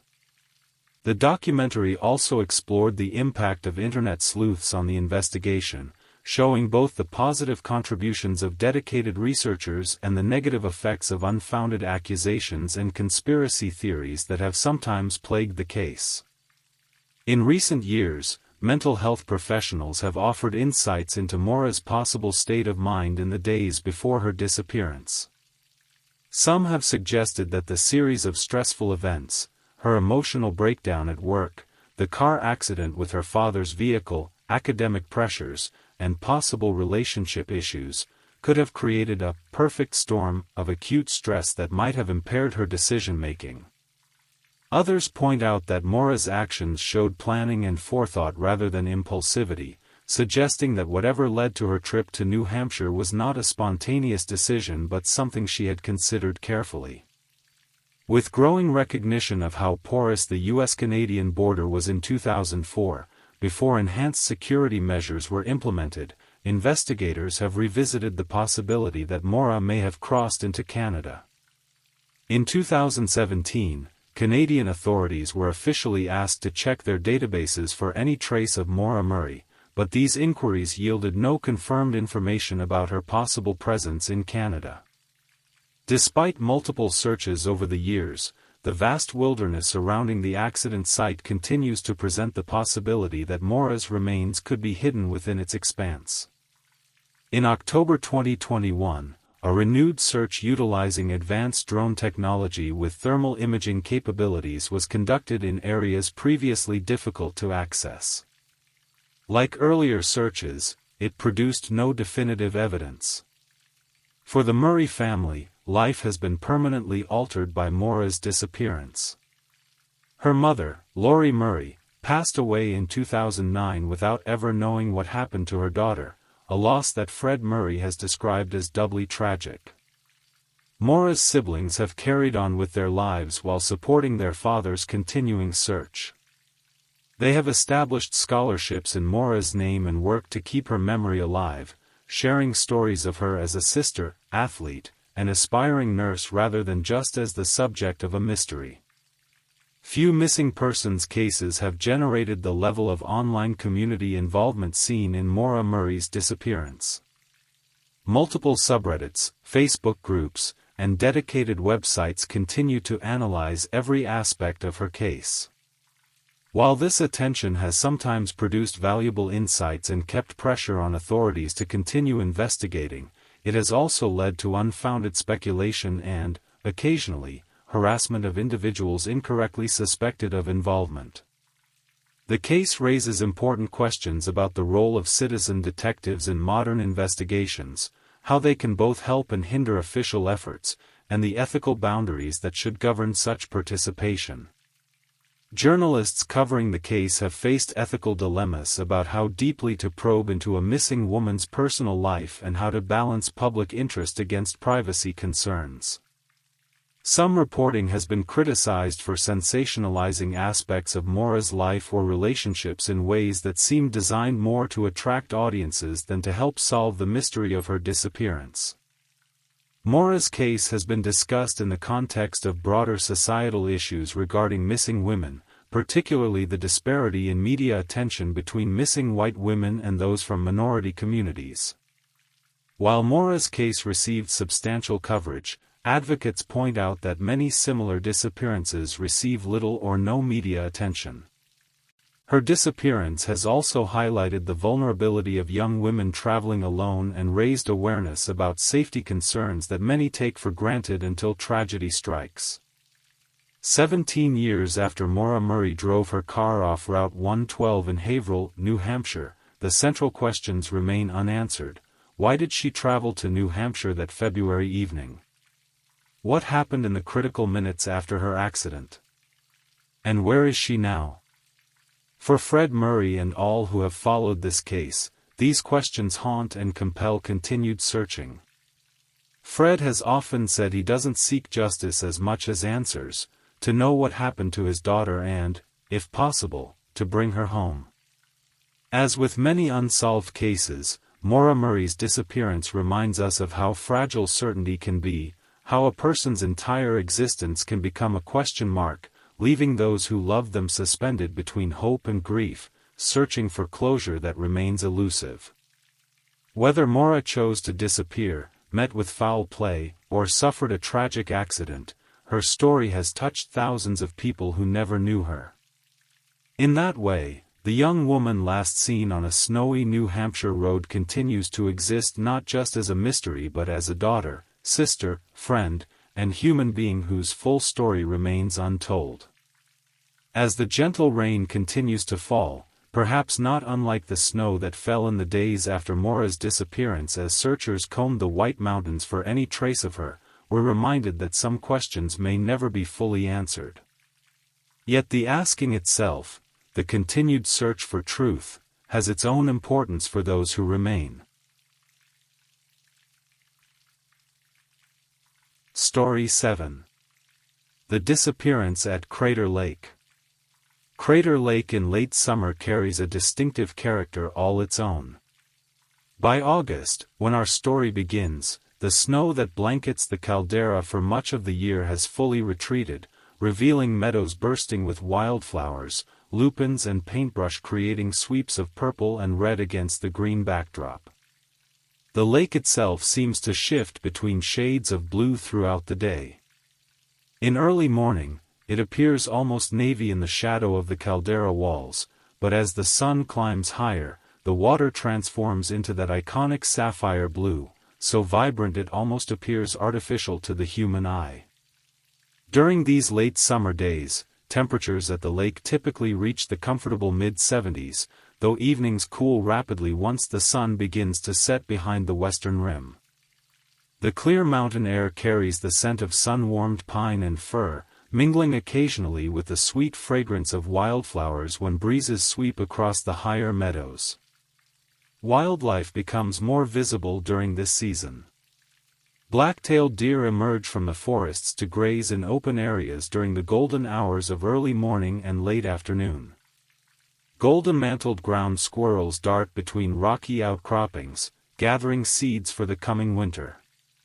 Bald eagles can occasionally be spotted soaring overhead, riding thermal currents that rise from the sun-warmed caldera walls. Though rarely seen, black bears and mountain lions inhabit the more remote sections of the park, maintaining their distance from the areas frequented by tourists. The story of Crater Lake's formation reads like a chapter from Earth's most dramatic moments. Approximately 7,700 years ago, Mount Mazama, once a towering peak in the Cascade Range standing over 12,000 feet tall, experienced a cataclysmic eruption. The mountain literally collapsed inward, creating a caldera 6 miles wide and nearly 4,000 feet deep. Over the centuries that followed, rainfall and snowmelt gradually filled this massive depression, creating what we now know as Crater Lake. With no rivers flowing in or out, the water's remarkable clarity comes from this pure source. Only precipitation replenishes what evaporation removes. Native American tribes of the region, particularly the Klamath people, incorporated the mountain and its dramatic transformation into their oral traditions. For them, the eruption represented a battle between the chief of the below world and the chief of the above world. These stories have been passed down through generations, maintaining a spiritual connection to this remarkable landscape long before it became a national park in 1902, making it the fifth oldest national park in the United States. It was into this ancient and majestic landscape that Charles Palmer ventured in August 2023. At 36 years old, Palmer had established himself as a respected wildlife photographer whose work frequently appeared in nature magazines and conservation publications. His specialty lay in capturing animals in their natural habitats, often requiring extraordinary patience and wilderness skill to document intimate moments without disturbing his subjects. Standing 6 feet tall with an athletic build maintained through regular hiking expeditions, Palmer's physical appearance reflected his outdoor lifestyle. Friends described his weathered face as having permanent laugh lines around his eyes, evidence of countless hours squinting into viewfinders under bright skies. With brown hair typically kept somewhat shaggy under a well-worn baseball cap, he cultivated the casual appearance common among professional outdoorsmen. Those who knew Palmer well consistently described him as methodical and careful, someone who left little to chance when planning his expeditions. Charles always had contingency plans for his contingency plans, his former colleague Marcus Delano would later tell investigators. He respected nature enough to never take unnecessary risks. This characteristic made the circumstances of his disappearance all the more perplexing to those familiar with his habits. Palmer's personal life had experienced significant upheaval in the months preceding his trip to Crater Lake.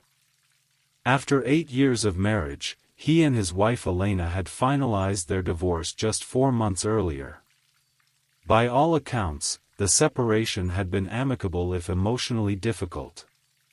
Elena had accepted a research position at a university in Germany, and neither wanted to attempt a long-distance relationship.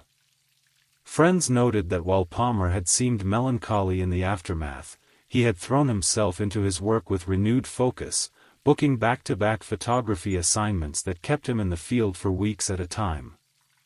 "I think being in nature was healing for him," his sister Rebecca would later explain. The wilderness was always where Charles felt most at home, most himself. The Crater Lake expedition marked something of a departure from Palmer's usual work. Rather than accepting a commission from a magazine or conservation organization, this trip represented a personal project, something he had been planning for several months. According to his notes, Palmer intended to capture the park through changing light conditions, with particular emphasis on dawn and dusk transitions and possibly some night photography of the stars reflecting in the lake's still surface. His planned itinerary included a 7-day stay within the park boundaries. The first 2 days would be spent photographing from established viewpoints along the Rim Drive, followed by 3 days backpacking along more remote sections of the caldera's edge.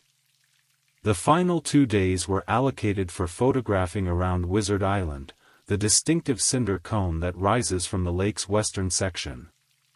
Palmer had secured all necessary permits and reservations, including backcountry camping permits for the dates he planned to be away from developed areas. He had logged his intended routes with park officials, another example of his characteristic thoroughness. The equipment Palmer brought with him reflected both his professional needs and his experience with wilderness travel. His photography gear included 2 professional-grade camera bodies, for specialized lenses ranging from ultra-wide angle to telephoto zoom, a carbon fiber tripod, numerous batteries, memory cards, and a solar charging system.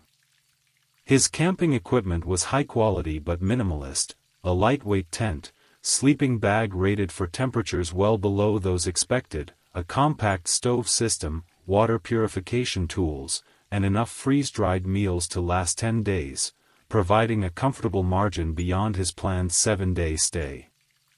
Weather conditions during Palmer's visit began ideally. Park records indicate clear skies and seasonally normal temperatures for the first 3 days of his stay.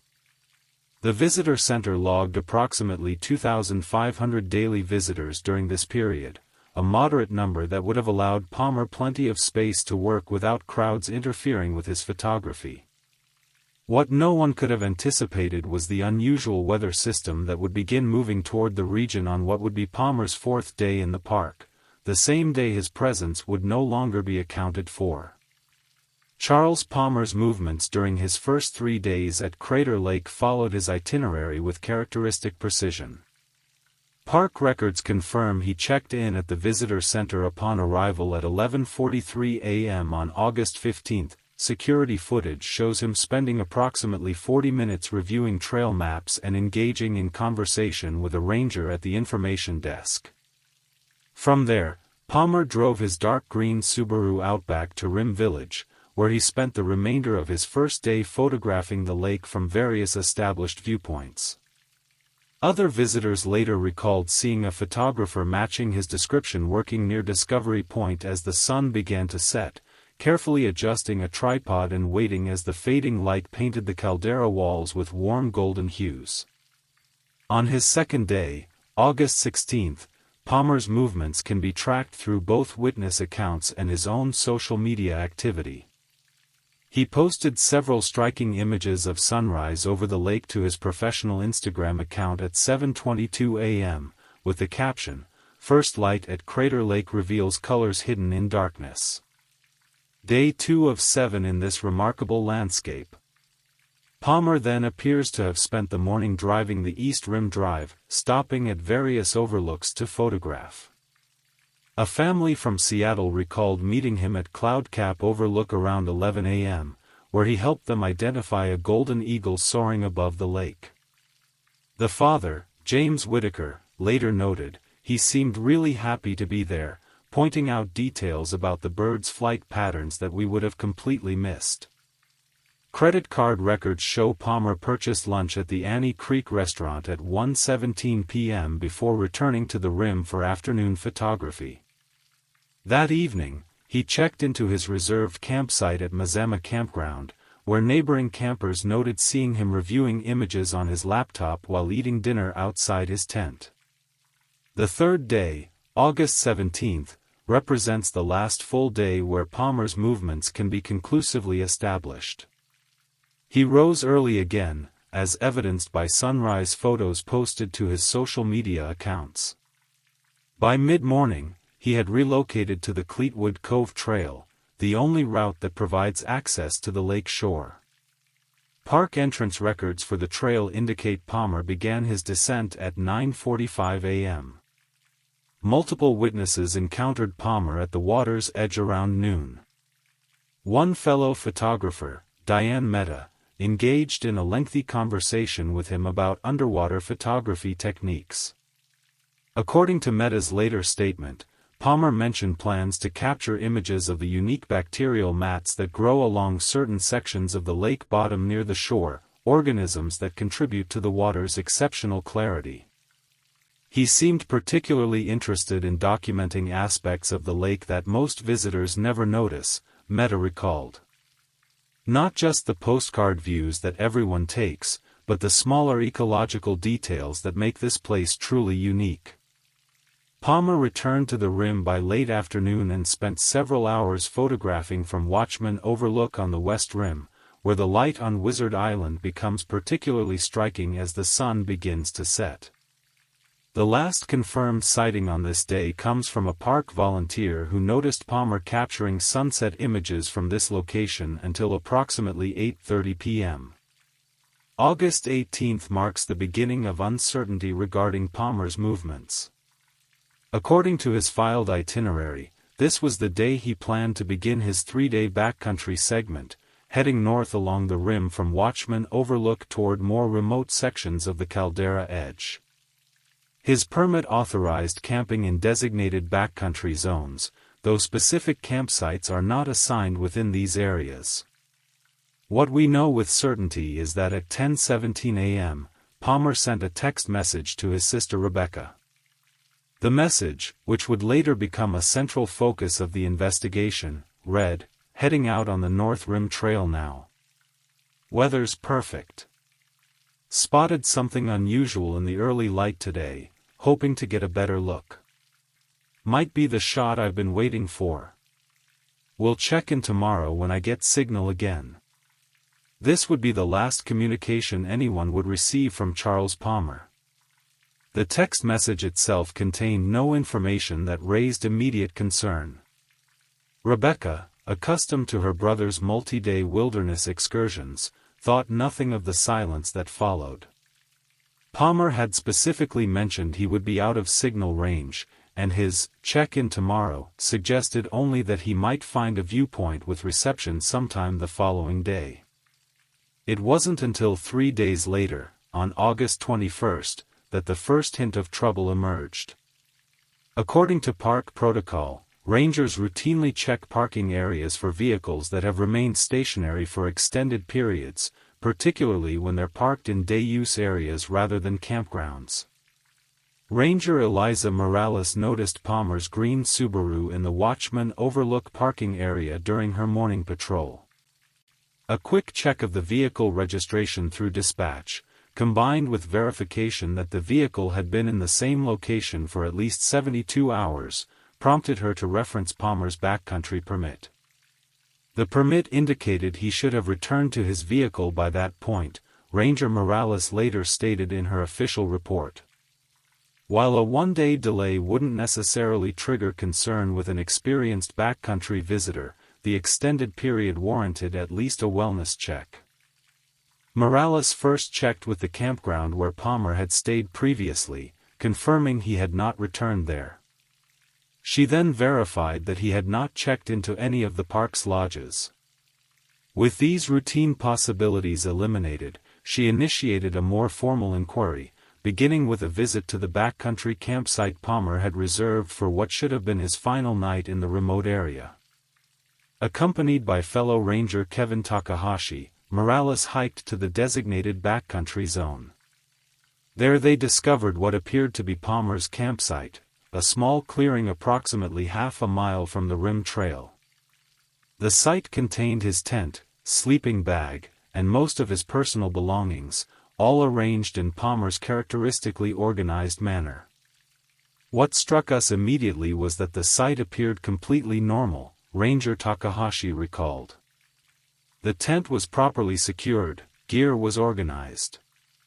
It looked like someone who had set up camp and then left for a day hike with plans to return.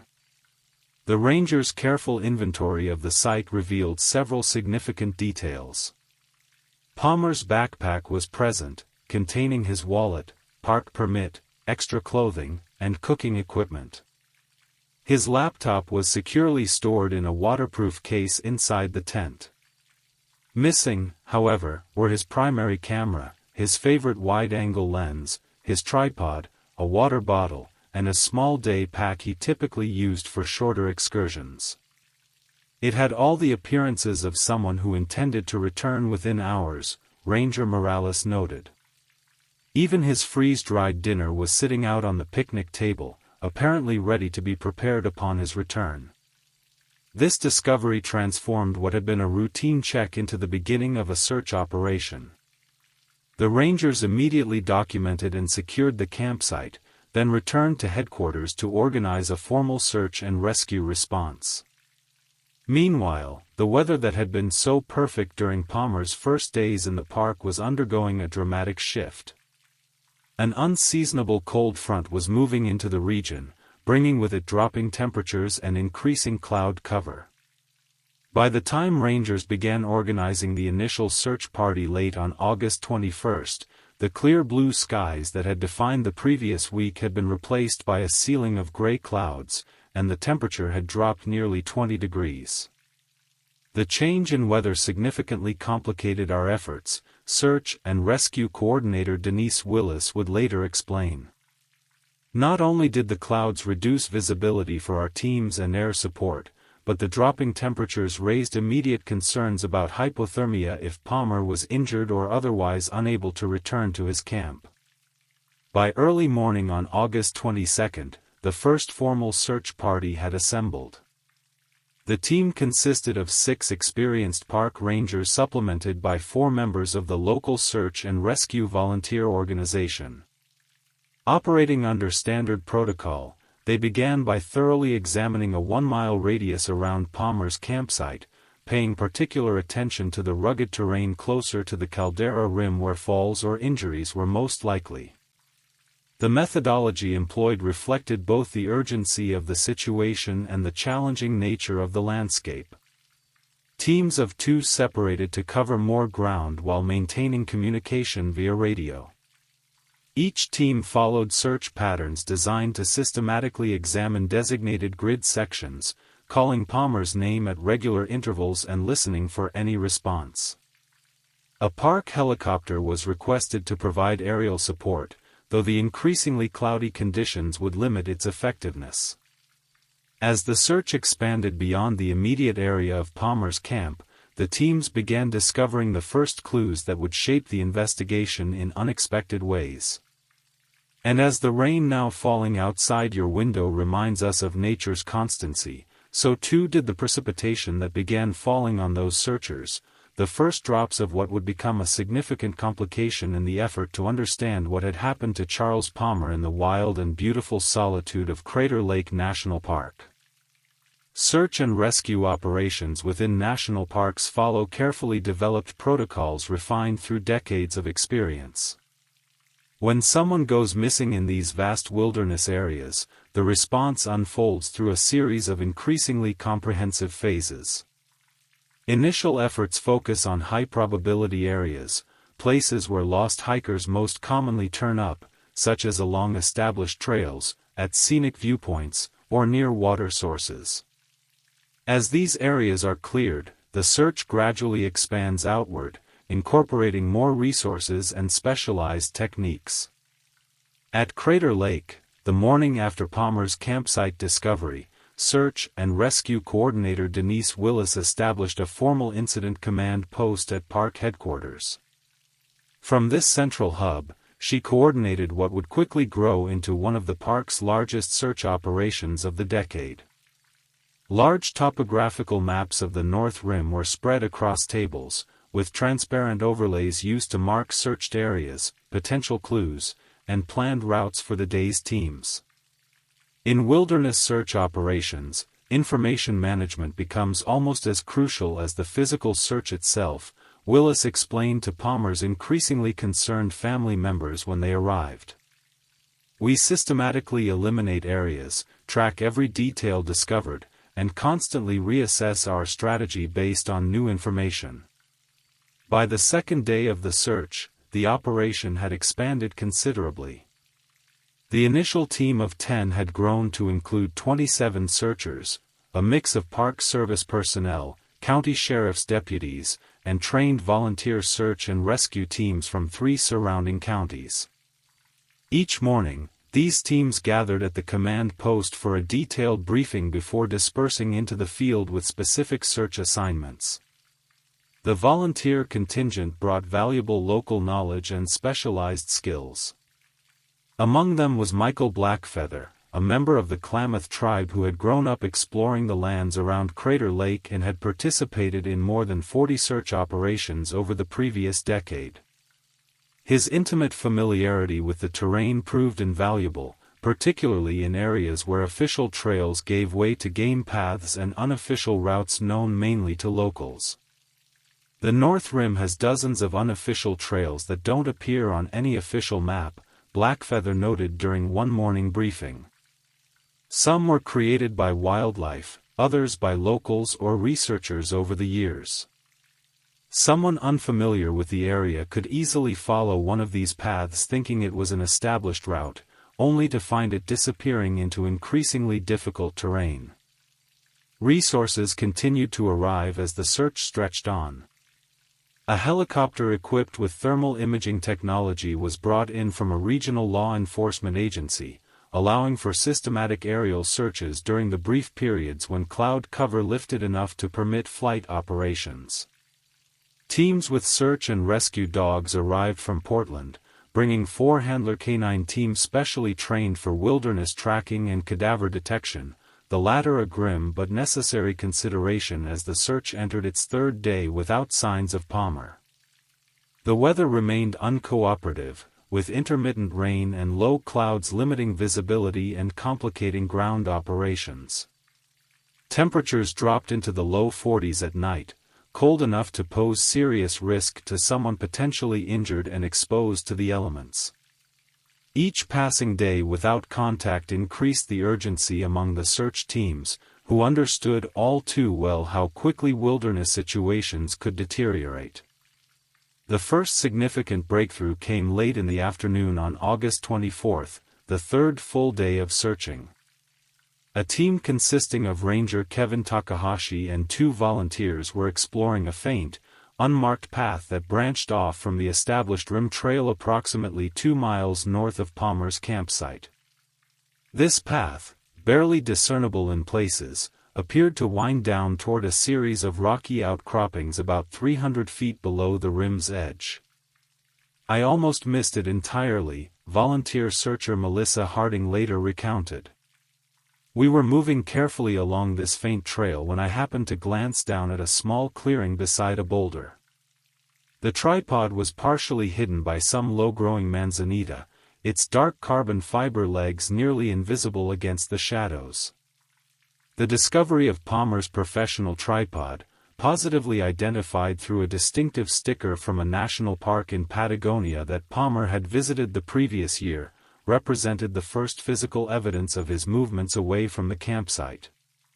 The tripod's legs were fully extended, and it had been carefully positioned on relatively level ground with a clear view toward the lake, though dense trees would have limited the actual visibility of the water from this vantage point.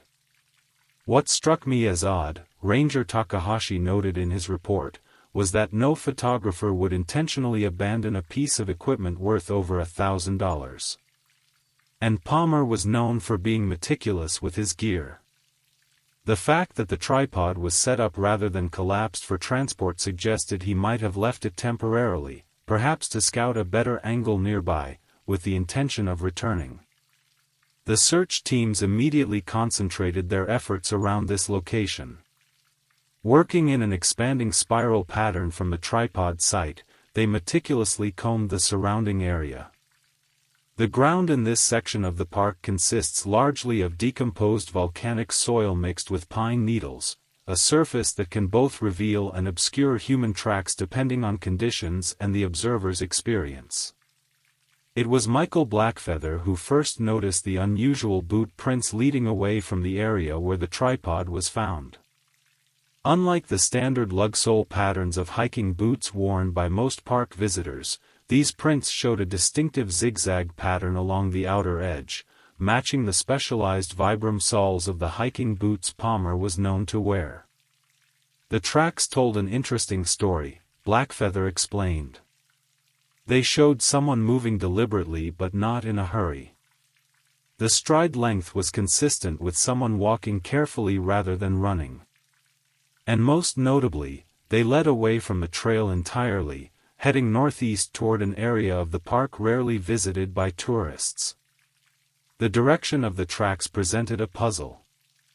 They led away from both the established rim trail and the unofficial path where the tripod was discovered, instead heading into a section of dense forest that gradually sloped downward toward a series of ravines known locally as the Shadow Canyons, narrow, steep-sided gullies where sunlight rarely penetrates fully, even at midday. This discovery prompted the deployment of the search dog teams. 4 handler canine pairs were brought to the tripod location and given items from Palmer's campsite containing his scent. The dogs initially followed the same track identified by Blackfeather, moving confidently through the forest in a northeasterly direction for approximately half a mile. What happened next added another layer of mystery to the search. At a small clearing surrounded by old-growth pines, all 4 dogs exhibited similar confused behavior. They circled the area repeatedly, sniffing the ground with increasing agitation before sitting down, the trained indication that they had lost the scent trail. "It was as though the scent simply vanished," explained Kathy Mendoza, the lead dog handler. "This sometimes happens at water crossings or on extremely rocky ground where scent isn't well preserved, but there was nothing like that here." just ordinary forest floor. In my 15 years working with search dogs, I've rarely seen all dogs lose a trail so completely at the same location. The terrain in this section of the park presented significant challenges for searchers. Moving away from the rim, the land descends through a series of increasingly steep ridges and ravines. The forest becomes denser, with old-growth pines and thick undergrowth limiting visibility to 20 or 30 feet in many places. Natural navigation becomes difficult as landmarks disappear behind the trees, and GPS signals can become unreliable in the deeper ravines. This is precisely the kind of terrain where even experienced hikers can become disoriented, Search Coordinator Willis explained during an evening briefing. Without clear sightlines to landmarks or the sky, it's easy to walk in circles without realizing it. And if Palmer was moving through this area in deteriorating weather conditions or near dusk, the navigation challenges would have been significantly magnified.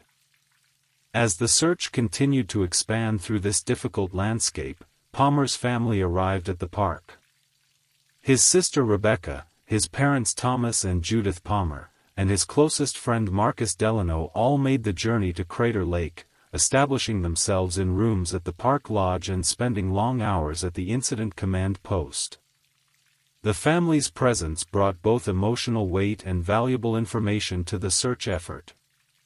During formal interviews and casual conversations with the search team, they provided crucial insights into Palmer's habits, skills, and recent state of mind. Rebecca shared details about her brother's wilderness experience, noting that he had completed a wilderness survival course 3 years earlier and always carried basic emergency supplies even on short-day hikes. Charles understood the risks of backcountry travel, she explained. He wasn't the type to take unnecessary chances or venture into dangerous areas without preparation. His parents described their son's methodical approach to photography. Charles would often spend hours researching a location before ever taking out his camera, his father explained. He maintained detailed notes about lighting conditions, seasonal changes, and wildlife patterns. If he ventured off-trail, it would have been for a specific photographic purpose, not random exploration. Perhaps most significantly, his friend Marcus Delano mentioned Palmer's recent interest in capturing unusual atmospheric conditions. In the months since his divorce, Charles had become almost obsessed with photographing rare light phenomena, Delano explained. He'd been researching everything from alpenglow to sun pillars to something called green flash events. He told me his Crater Lake trip was partially motivated by reports of unusual light patterns sometimes visible over the water at dawn. This information prompted the search teams to re-examine Palmer's last text message about something unusual in the early light, with renewed interest. Was he pursuing some rare atmospheric phenomenon when he ventured off the established trail? And if so, how far would he have been willing to go to capture the perfect image? As the fourth day of searching drew to a close, the teams returned to headquarters with more questions than answers. Despite covering miles of difficult terrain with dozens of trained personnel, the only concrete evidence of Palmer's movements remained the abandoned tripod and the mysterious trail of footprints that seemed to vanish in the depths of the forest. What waited to be discovered in the days ahead would push the investigation in directions no one involved could have anticipated. The fifth day of the search operation brought clearer weather but increasingly puzzling discoveries. An early morning team led by Ranger Morales was examining a steep ravine approximately 1 mile northeast of where the dogs had lost Palmer's scent trail. The area featured a small seasonal waterfall, now reduced to little more than a trickle in the late summer conditions. As they carefully worked their way down the ravine's eastern edge, volunteer searcher Tyler Washington spotted something partially hidden beneath a rocky overhang. At first, I thought it might be trash left by previous hikers, Washington recalled. But as I got closer, I could see it was a professional-grade camera bag, the kind used to protect equipment in challenging conditions. The discovery of Palmer's camera bag represented a significant breakthrough. Made of high-visibility yellow weatherproof material, the bag had been deliberately placed beneath the overhang rather than dropped accidentally. Inside, the team found Palmer's rain jacket, a half-empty water bottle, energy bars, a headlamp with fresh batteries, and a small first aid kit, but no camera. Most puzzling was the absence of memory cards. The bag contained dedicated pockets for SD cards, with labels in Palmer's handwriting identifying each slot for different lighting conditions and subjects. All these pockets were empty, though a small plastic case designed to hold 6 cards was found at the bottom of the bag. The case itself was empty as well. Professional photographers typically travel with multiple memory cards, explained Marcus Delano when shown the bag.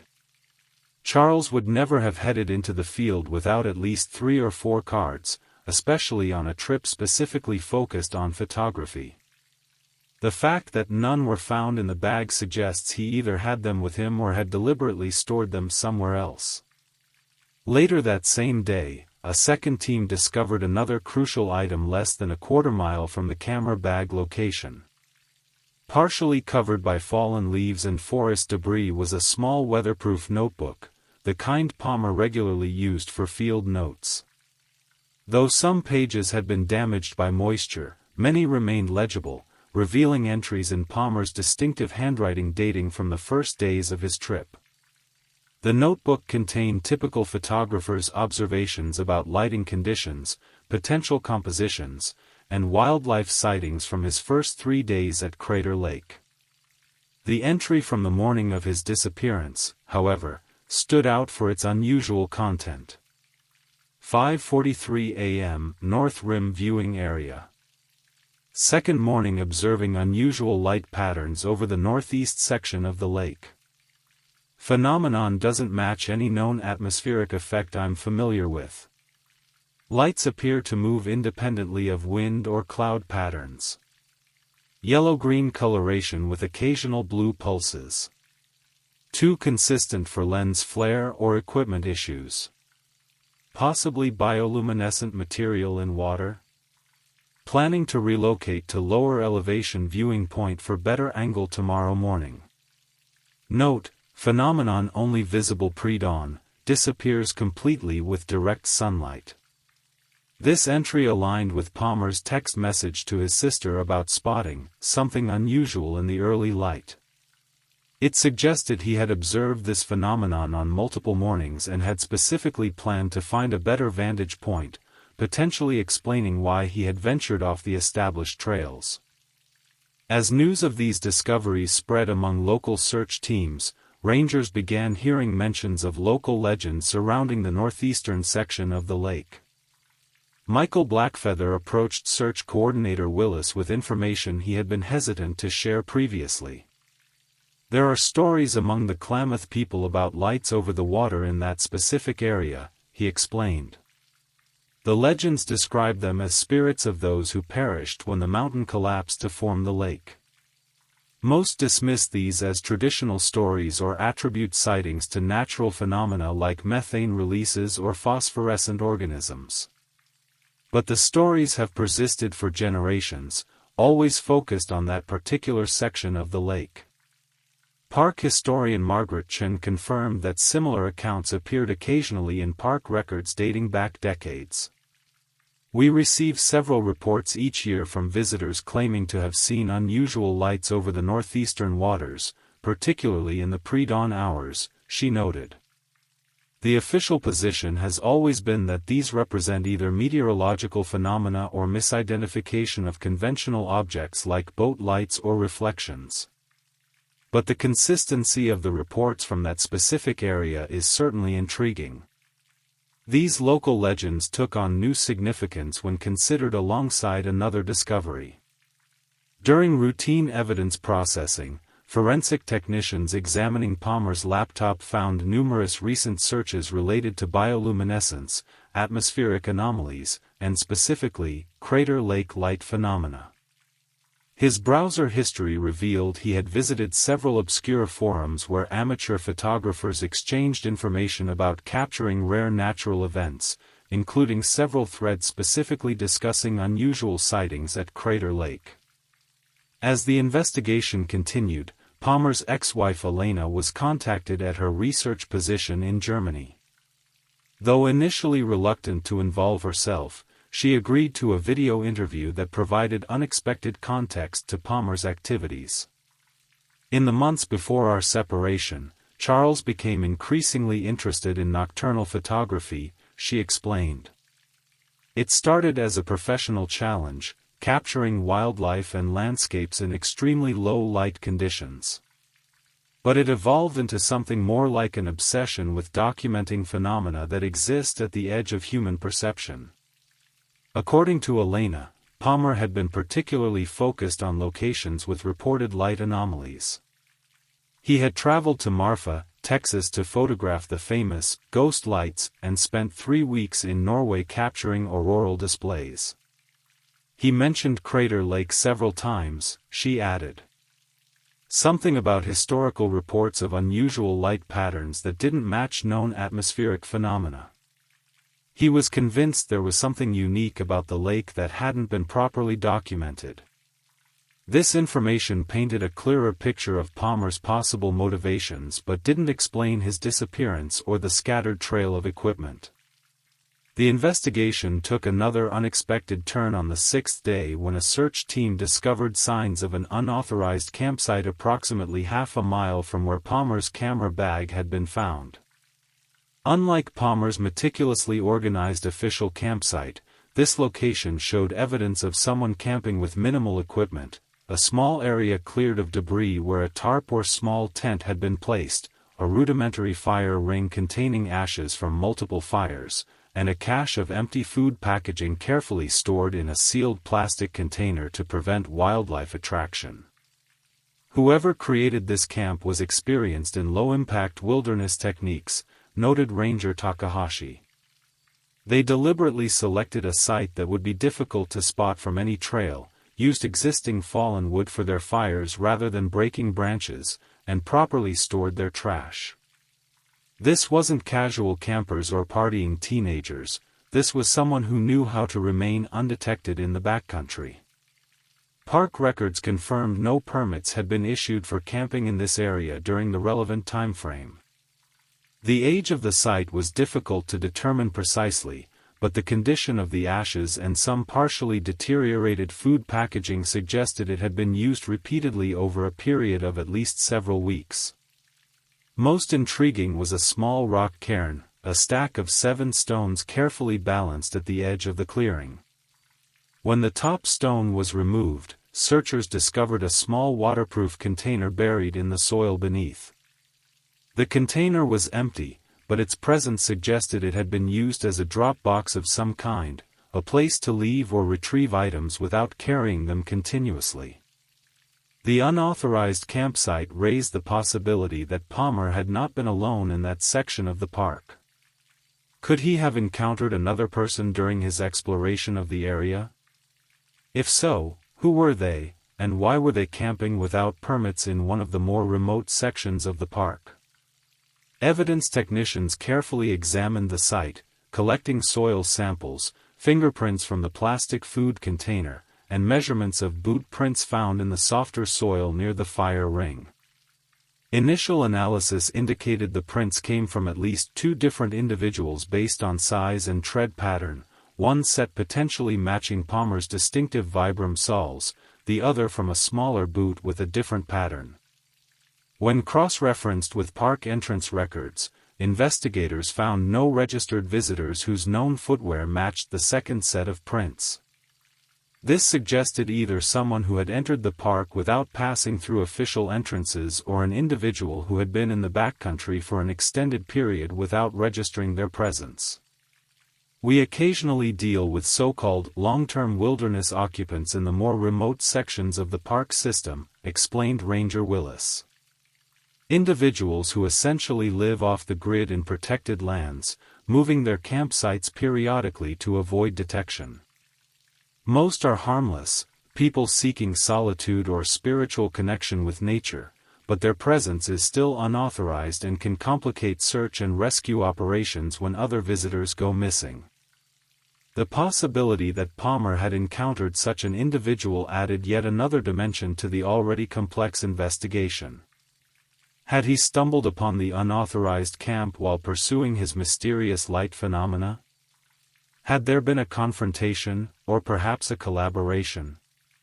The scattered nature of his equipment, the tripod in one location, camera bag in another, suggested movement across a considerable area, potentially over multiple days. As the search operation entered its second week, the accumulating evidence painted a picture of a mystery far more complex than a simple hiking accident. Palmer had ventured into remote terrain deliberately, apparently pursuing unusual light phenomena he had observed over the northeastern section of the lake. He had possibly encountered another person operating without authorization in the park's backcountry. And somewhere in that remote, challenging landscape, the answer to his disappearance waited to be discovered, along with Palmer himself, whose fate remained unknown as teams continued their increasingly urgent search through the deep forests and hidden ravines surrounding Crater Lake's northern rim. As the search for Charles Palmer entered its 10th day, a subtle but significant shift occurred in the nature of the operation. While teams continued to comb the rugged terrain of Crater Lake's north rim, the focus was evolving from a pure search and rescue mission to what officials carefully termed a multifaceted investigation. This transition reflected both the diminishing likelihood of finding Palmer alive after such an extended period and the increasingly complex circumstances surrounding his disappearance. The discovery of the unauthorized campsite and evidence suggesting another person's presence in the area prompted park officials to request additional resources from federal law enforcement. Within 24 hours of this request, Detective Laura Mercer arrived from the National Park Service Investigative Services Branch, a specialized unit often referred to as the FBI of the national parks. Detective Mercer had built her career investigating complex cases in wilderness settings. Standing just under 5 feet 6 inches with prematurely silver hair typically pulled back in a practical braid, she carried herself with the quiet confidence of someone accustomed to piecing together puzzles from minimal evidence. Her approach to wilderness disappearances had become something of a model within the agency. The wilderness creates unique investigative challenges, Mercer explained during her initial briefing with the search team leaders. Physical evidence deteriorates rapidly due to weather exposure. Witness accounts are often limited or non-existent. And the subjects themselves frequently behave in ways that seem irrational until you understand the effects of factors like fatigue, disorientation, or hypothermia on human decision-making. Mercer's methodology emphasized what she called parallel investigation, simultaneously examining the physical evidence in the field while building a comprehensive profile of the missing person's life, habits, and recent activities. This approach had solved numerous cases that initially appeared to be simple accidents or misadventure but ultimately revealed more complex scenarios. People don't exist in isolation, she noted. Even in the most remote wilderness, we bring our histories, relationships, and motivations with us. Understanding who Charles Palmer was beyond his identity as a photographer might be just as important as finding his footprints in the forest. With this philosophy guiding her work, Mercer began by establishing a secondary command post focused specifically on the investigative aspects of the case. While search teams continued their methodical sweeps of the terrain, Mercer assembled a small team dedicated to examining Palmer's life in the months leading up to his disappearance. One of her first actions was to obtain Palmer's financial records through appropriate legal channels. These revealed several interesting patterns that added new dimensions to the investigation. In the 3 months preceding his Crater Lake trip, Palmer had made a series of substantial equipment purchases, significantly more than would be expected for a photographer already well established in his career. The records showed payments to specialized optical equipment suppliers, including a company that produced custom-modified cameras designed for extremely low-light photography. Palmer had spent nearly $7,000 on a single camera body modified to capture wavelengths beyond the normal visible spectrum, technology typically used for scientific research rather than conventional photography. Additionally, he had purchased several specialized filters designed to isolate specific light wavelengths, particularly in the blue-green spectrum that matched the unusual light patterns described in his field notes. These purchases suggested Palmer's interest in the Crater Lake phenomena went beyond casual curiosity. He had invested significant resources in equipment specifically designed to document whatever he believed was occurring over the lake's northeastern waters. These weren't impulse purchases, Detective Mercer observed. They represent months of research and thousands of dollars in specialized equipment. Whatever Palmer thought he was going to photograph at Crater Lake, he had been planning this expedition methodically for some time. Parallel to the financial investigation, Mercer's team began a deeper examination of Palmer's research activities. With permission from his family, they analyzed his online search history, email communications, and cloud storage accounts. This digital excavation revealed an extensive interest in local legends surrounding Crater Lake, particularly those related to unusual light phenomena. Palmer had accessed academic papers discussing bioluminescent organisms in deep freshwater lakes. He had downloaded historical accounts from early park rangers describing strange lights over the water. Most notably, he had visited several obscure online forums where amateur researchers exchanged information about unexplained natural phenomena, focusing particularly on threads discussing Crater Lake. In one such forum, operating under the username Lightseeker, Palmer had engaged in extensive conversations with an anonymous user called Rimwatcher, who claimed to have spent significant time documenting unusual light patterns at Crater Lake. Their exchanges, spanning several months, showed an increasing level of trust and collaboration, culminating in Rimwatcher agreeing to share precise coordinates for optimal viewing of the phenomena. The final messages between them suggested they had moved their communications to a more private channel, explained technical analyst Jeremy Wong, who was assisting with the digital investigation. The last visible exchange has Rimwatcher suggesting they continue this conversation through the more secure method we discussed. After that, there's no further communication between them on the public forum. This discovery raised the possibility that Palmer had arranged to meet someone at Crater Lake, potentially the individual associated with the unauthorized campsite. Had Rimwatcher been living off-grid in the park? Was this person the unidentified companion some witnesses had reported seeing with Palmer? As if responding to the investigators' questions, new witness information emerged that seemed to confirm this theory. A hiking group that had visited the park during the relevant timeframe contacted authorities after seeing news coverage of the disappearance. During their interview, they described encountering a photographer matching Palmer's description on the morning of August 18, the day he sent his final text message. "We were on the North Rim Trail around sunrise," explained Sophia Lawson, a member of the hiking group. "We noticed this photographer because he had such professional-looking equipment. He was talking with another person, a shorter individual wearing a hooded rain jacket despite the clear weather.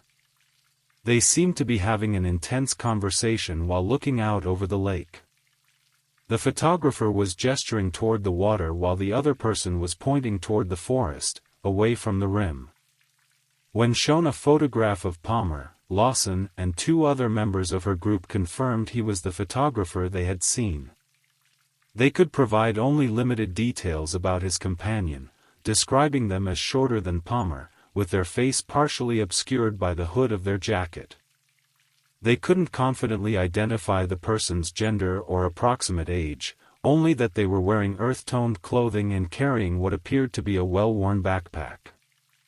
What struck me was how they moved apart when they noticed us approaching, Lawson added. The hooded person quickly turned away and seemed to fall back while the photographer became very focused on adjusting his camera settings.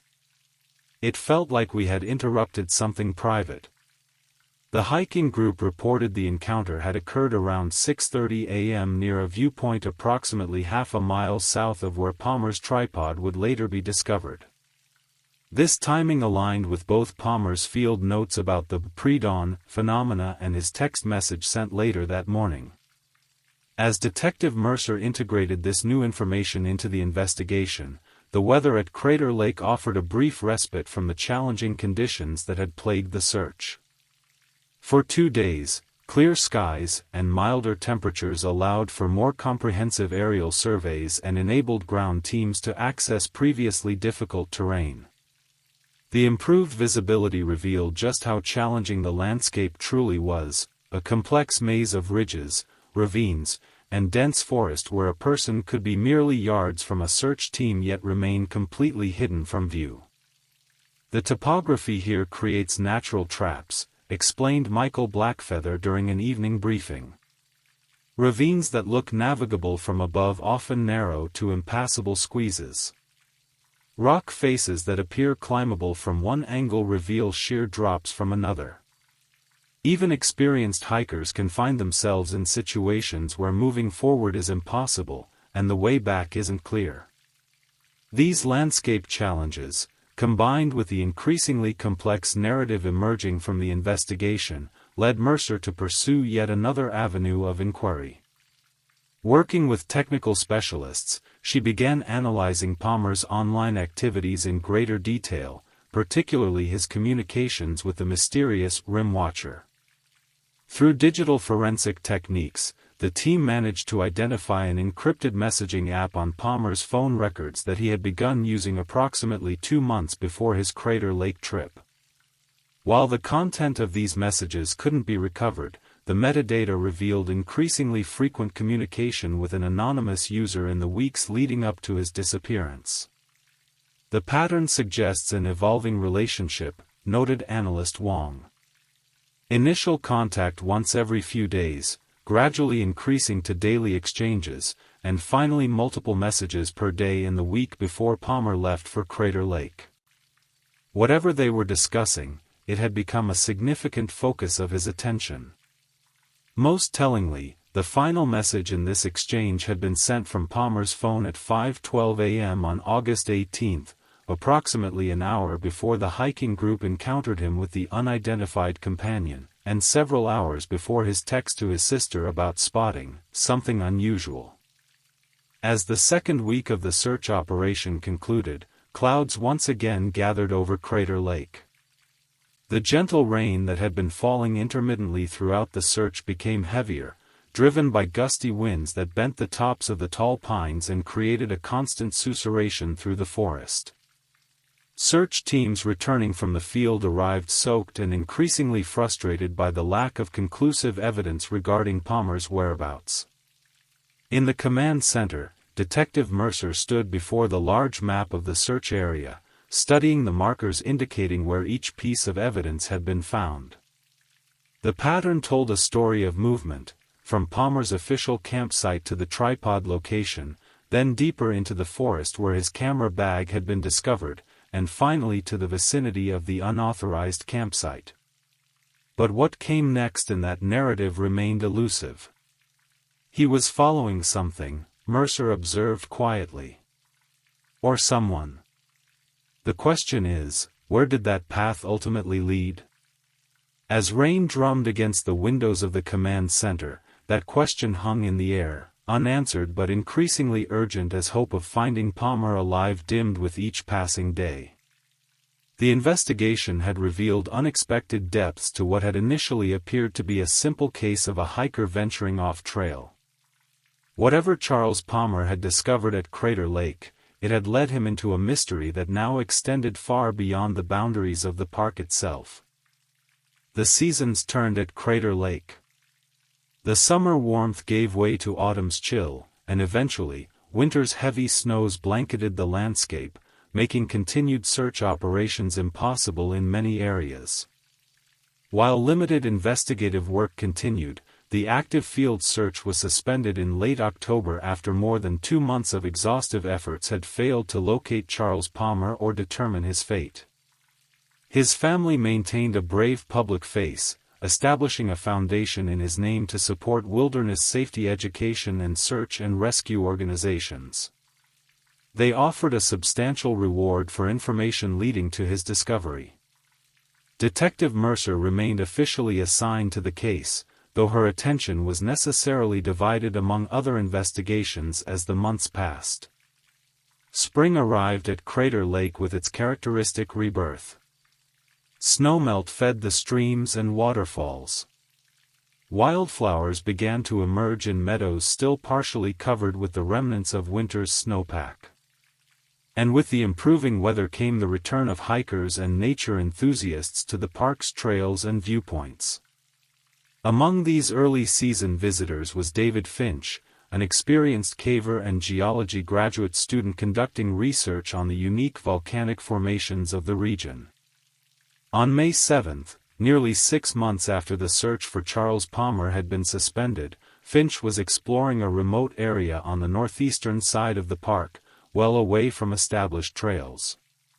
His research had brought him to a little-known cave system, a series of lava tubes and natural chambers formed during the ancient volcanic activity that created the Crater Lake caldera. These caves were not promoted to typical park visitors due to their remote location and the technical skill required to navigate them safely. While examining a particularly interesting formation of volcanic glass near one of the cave entrances, Finch's headlamp illuminated something distinctly out of place among the natural formations, a small, metallic object partially covered by rock debris. Clearing away the loose stones, he discovered a professional-grade digital camera, its once sleek body now weathered and damaged. "I recognized immediately that this was expensive equipment," Finch later explained. "It wasn't the kind of thing someone would simply abandon or lose accidentally. And given the remote location, it seemed unlikely it had been there long before I found it. The seasonal snowmelt and animal activity would have moved or buried it completely." Finch, aware of the still unsolved Palmer disappearance from news coverage, carefully placed the camera in his pack and reported his discovery to park authorities upon returning to the visitor center that evening. Within hours, the camera was in the hands of investigators and confirmed to be Palmer's missing equipment, the same specialized, modified camera he had purchased specifically for documenting low-light phenomena. The camera's exterior showed significant weathering and damage consistent with exposure to the elements for several months. The battery was long dead, but when forensic technicians carefully removed the memory card and placed it in a card reader, they discovered it was intact and contained numerous image files. These photographs, which would eventually become central to understanding Palmer's fate, revealed a progression of his final days at Crater Lake. The earliest images matched what would be expected from a professional nature photographer: stunning landscapes, detailed close-ups of unique geological features, artistic compositions of light and shadow playing across the lake's surface. Beginning on August 17, however, the photographs took a different turn. Multiple pre-dawn images captured from various locations along the north rim showed faint, unusual patterns of light over the northeastern section of the lake, subtle blue-green illuminations that seemed to move independently of the water's surface. These corresponded precisely with the phenomena Palmer had described in his field notes. The final sequence of images, taken early on August 18, did not feature the lake at all.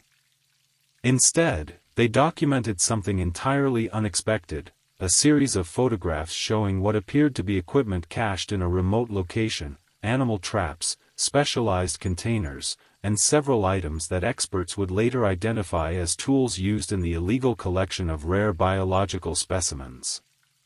The last dozen photographs were taken in increasingly poor light conditions, suggesting Palmer had followed something or someone into the cave system where his camera would ultimately be discovered. These final images showed narrow passageways, unusual rock formations, and what appeared to be boot prints in the soft sediment of the cave floor. The very last photograph on the memory card was a blurry image that seemed to capture a human figure moving away from the camera, deeper into the cave system. Though the quality was too poor for positive identification, the silhouette matched descriptions of the hooded individual witnesses had reported seeing with Palmer on the morning of his disappearance. The discovery of the camera prompted an immediate resumption of search efforts, now focused specifically on the cave system where the equipment had been found. Using Finch's precise coordinates and his expertise as a caver, a specialized team was assembled to explore the extensive network of underground passages. On the third day of this renewed search, in a chamber approximately 800 feet from the cave entrance and nearly 70 feet below the surface, they discovered human remains. Dental records would soon confirm what Palmer's family had both feared and suspected for months: they had found Charles Palmer. The position and condition of the remains told a story of Palmer's final days. He appeared to have fallen from an upper level of the cave system, suffering significant injuries including a broken leg and hip. Despite these injuries, evidence suggested he had survived for several days following the fall. He had created a small camp around himself, using his backpack as a pillow and apparently rationing the limited water and food he carried. Most poignantly, investigators found a small weatherproof notebook clutched in Palmer's hand. The final entries, written in increasingly shaky handwriting, detailed his pursuit of what he had initially believed to be evidence of rare bioluminescent organisms in the lake, the mysterious lights that had drawn him to Crater Lake in the first place. The notebook revealed how Palmer's understanding of what he was documenting had changed dramatically in his final days. After encountering the individual known as Rim Watcher, Palmer had learned that the unusual light patterns were not natural phenomena at all, but rather the underwater headlamps of divers engaged in illegal activities during the pre-dawn hours. Following R.W. into the forest today, read an entry dated August 18, initially trusted their explanation about researching rare light phenomena, but something isn't right. Spotted equipment cache that doesn't match scientific research, more like collection or harvesting gear. Beginning to suspect illegal wildlife operation of some kind. Taking photographs as evidence. The final entries described Palmer's growing suspicion that he had stumbled upon an operation harvesting rare endemic organisms from Crater Lake, species that exist nowhere else on Earth and are strictly protected by law. Worth thousands of dollars in the international black market for unique biological specimens, these organisms would represent a lucrative target for wildlife traffickers. Followed tracks to cave entrance, read one of the last legible entries. Suspect this is where they're processing and storing the collected specimens before transport. Need to document and report to park authorities. Will explore just enough to gather evidence, then return to main trail and contact rangers. The final entry, its handwriting barely recognizable, told of Palmer's fall, slipped on wet rocks while trying to photograph storage area. Bad fall. Leg definitely broken, possibly hip too. Can't climb back up. Have water and energy bars for maybe 3 days. No cell signal. Will conserve headlamp battery and wait for rescue. The medical examiner's report would later confirm that Palmer had indeed survived for several days after his fall. The cause of death was ultimately determined to be a combination of dehydration, exposure, and complications from his injuries. Had he been found within 72 hours of the accident, his survival would have been likely. With Palmer's final photographs and notes providing clear evidence of illegal wildlife trafficking, the investigation entered a new phase. Detective Mercer redirected resources toward identifying and locating the individual known as Rim Watcher, and uncovering the full extent of the trafficking operation. Within weeks, This investigation led to the identification of Dr. Elliot Voss, a former marine biologist who had been dismissed from his university position 3 years earlier for ethical violations related to specimen collection. Voss had apparently established himself in the remote backcountry of Crater Lake National Park, creating a base of operations for the illegal harvest of rare microorganisms, particularly several species of extremophile bacteria unique to the lake's unusual chemical composition. These organisms, valuable for their potential pharmaceutical and industrial applications, were being collected during nocturnal diving operations and processed in the cave system before being transported out of the park for sale to private collectors and unscrupulous research facilities abroad. When federal agents finally located and arrested Voss at a remote cabin just outside the park boundaries, they discovered extensive evidence of his operation, including detailed records of sales totaling more than $400,000 over a 2-year period. They also found communications suggesting he had deliberately led Palmer into the dangerous cave system after realizing the photographer had documented his illegal activities. In the end, Charles Palmer's commitment to documenting what he observed cost him his life, Detective Mercer would later explain at the press conference announcing the resolution of the case. But that same commitment ultimately exposed and shut down a significant wildlife trafficking operation that had gone undetected for years. In a bittersweet epilogue to the tragedy, the Palmer family established a permanent research grant in Charles's name, supporting legitimate scientific study of Crater Lake's unique ecosystem.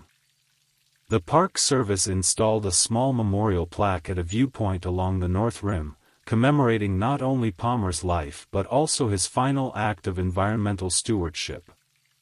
Visitors pausing at this memorial on clear mornings sometimes report seeing unusual reflections on the lake surface as the dawn light catches the water just so. Park rangers explain that these are simply natural phenomena, the play of light on one of the world's most pristine bodies of water. But some prefer to imagine it as something more, a reminder of a photographer who followed mysterious lights into darkness but whose story ultimately helped bring an important truth to light. As the rain continues its gentle rhythm outside your window tonight, perhaps there's a lesson in Charles Palmer's story about the power of curiosity, the importance of truth, and the unexpected ways in which one person's journey can ripple outward to create meaningful change, even when that journey ends far from where it was intended to go. In the aftermath of the Palmer case, Crater Lake National Park underwent significant changes. The tragedy prompted a comprehensive review of security and safety protocols throughout the park system, particularly regarding solo hikers in remote areas. Park rangers implemented enhanced trail monitoring procedures, including more frequent patrols of backcountry zones and improved documentation of visitor movements in the more isolated regions. What happened to Charles Palmer revealed vulnerabilities in how we monitor our more remote wilderness areas, explained Park Superintendent Maria Alvarez at a press conference 6 months after the case's resolution. While we always want to preserve the sense of solitude and discovery that draws people to these magnificent places, we also have a responsibility to ensure visitors can explore safely. Among the most meaningful changes was the installation of enhanced emergency location markers at trailheads and key junctions throughout the backcountry trail system. These simple yet effective posts contain precise GPS coordinates and unique location codes that visitors can provide to emergency services, allowing for faster and more accurate responses to wilderness emergencies. The Palmer Foundation for Wilderness Safety, established by Charles's family with the proceeds from his life insurance policy and contributions from the photography community, quickly became a respected voice in outdoor education. The foundation focuses particularly on solo adventurers, providing resources, training, and equipment grants to help ensure those who venture alone into wild places have the knowledge and tools to do so safely. Charles would be deeply moved by how his story has helped protect others, his sister Rebecca said during the foundation's inaugural event. He always believed that experiencing solitude in nature was transformative, but he also understood that preparation and respect for the wilderness were essential companions to that solitude. The Foundation's signature program, the Palmer Protocol, provides a simple framework for solo wilderness travelers, detailed trip plans shared with multiple contacts, scheduled check-ins, emergency equipment requirements, and decision-making guidelines for challenging conditions. Parks across the country now distribute Palmer Protocol materials at visitor centers and ranger stations, and outdoor education programs have incorporated its principles into their wilderness training curricula. Beyond these practical impacts, the Palmer case prompted deeper reflections about our relationship with wild places. The dual nature of wilderness, its capacity to both heal and hide, became a central theme in discussions about park management and visitor experiences. The same solitude that draws people seeking spiritual renewal and personal growth can also conceal dangers and, occasionally, wrongdoing. The paradox of places like Crater Lake is that their very remoteness creates both their value and their vulnerability, wrote environmental philosopher Diana Kruger in an essay reflecting on the case. We seek these landscapes precisely because they exist beyond the reaches of our hyper-connected world, yet that same isolation can transform a minor mishap into a life-threatening emergency or shield nefarious activities from supervision. For the rangers and search team members who had spent weeks looking for Palmer, the resolution brought a complex mixture of emotions. The confirmation of his death was heartbreaking, yet the knowledge that his documentation had exposed and stopped an environmental crime offered some meaning amid the tragedy. In my 23 years with the Park Service, the Palmer case affected me more deeply than any other, admitted Ranger Eliza Morales during an interview for the Foundation's educational materials.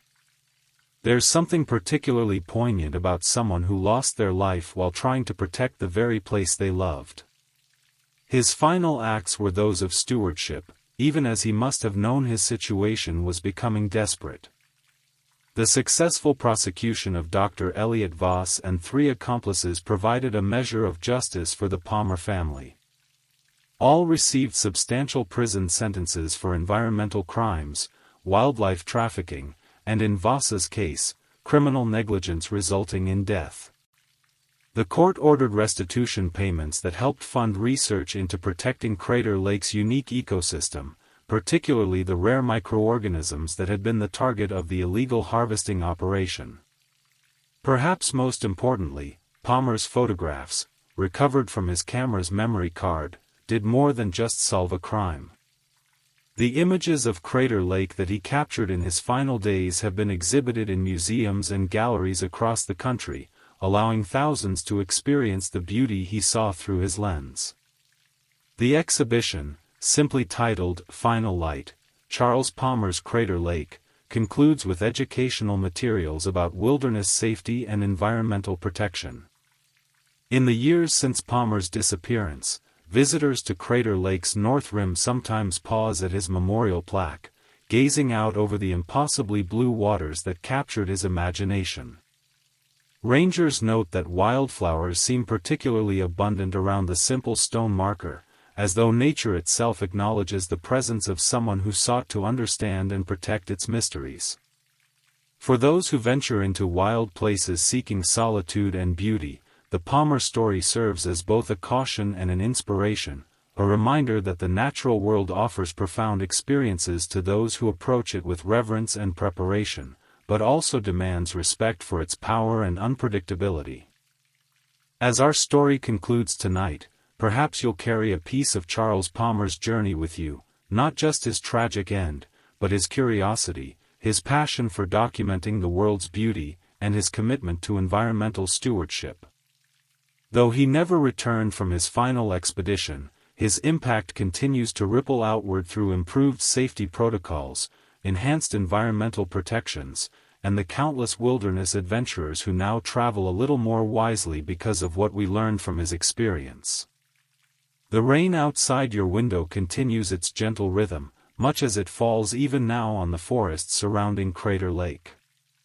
In that distant wilderness, new life flourishes in the spaces between ancient trees, rare organisms continue their quiet existence in the lake's pristine waters, and the cycle of nature continues its eternal progression, observed and protected a little more carefully because one photographer ventured into the wild in search of unusual lights and found an important truth that needed to be revealed. Rest easy tonight, knowing that through the efforts of dedicated investigators, park rangers, and Palmer's own final documentation, justice was served and a precious natural resource was protected. As you drift toward sleep, may you find the same peace that can be found at the shores of Crater Lake on a still morning, when the water's surface reflects the sky so perfectly that the boundaries between them seem to disappear. And should you ever visit that remarkable blue jewel nestled in Oregon's mountains, perhaps you'll pause for a moment at the North Rim, gazing out over the water as Charles Palmer once did. In that moment of connection across time, you might feel a deeper appreciation for both the beauty he sought to capture and the quiet courage of his final days. Sleep well, and may your dreams be filled with beautiful vistas, meaningful discoveries, and the gentle understanding that even in our most solitary moments, our actions can create ripples that touch countless lives in ways we might never imagine. And until next time, stay safe and take care. Good night.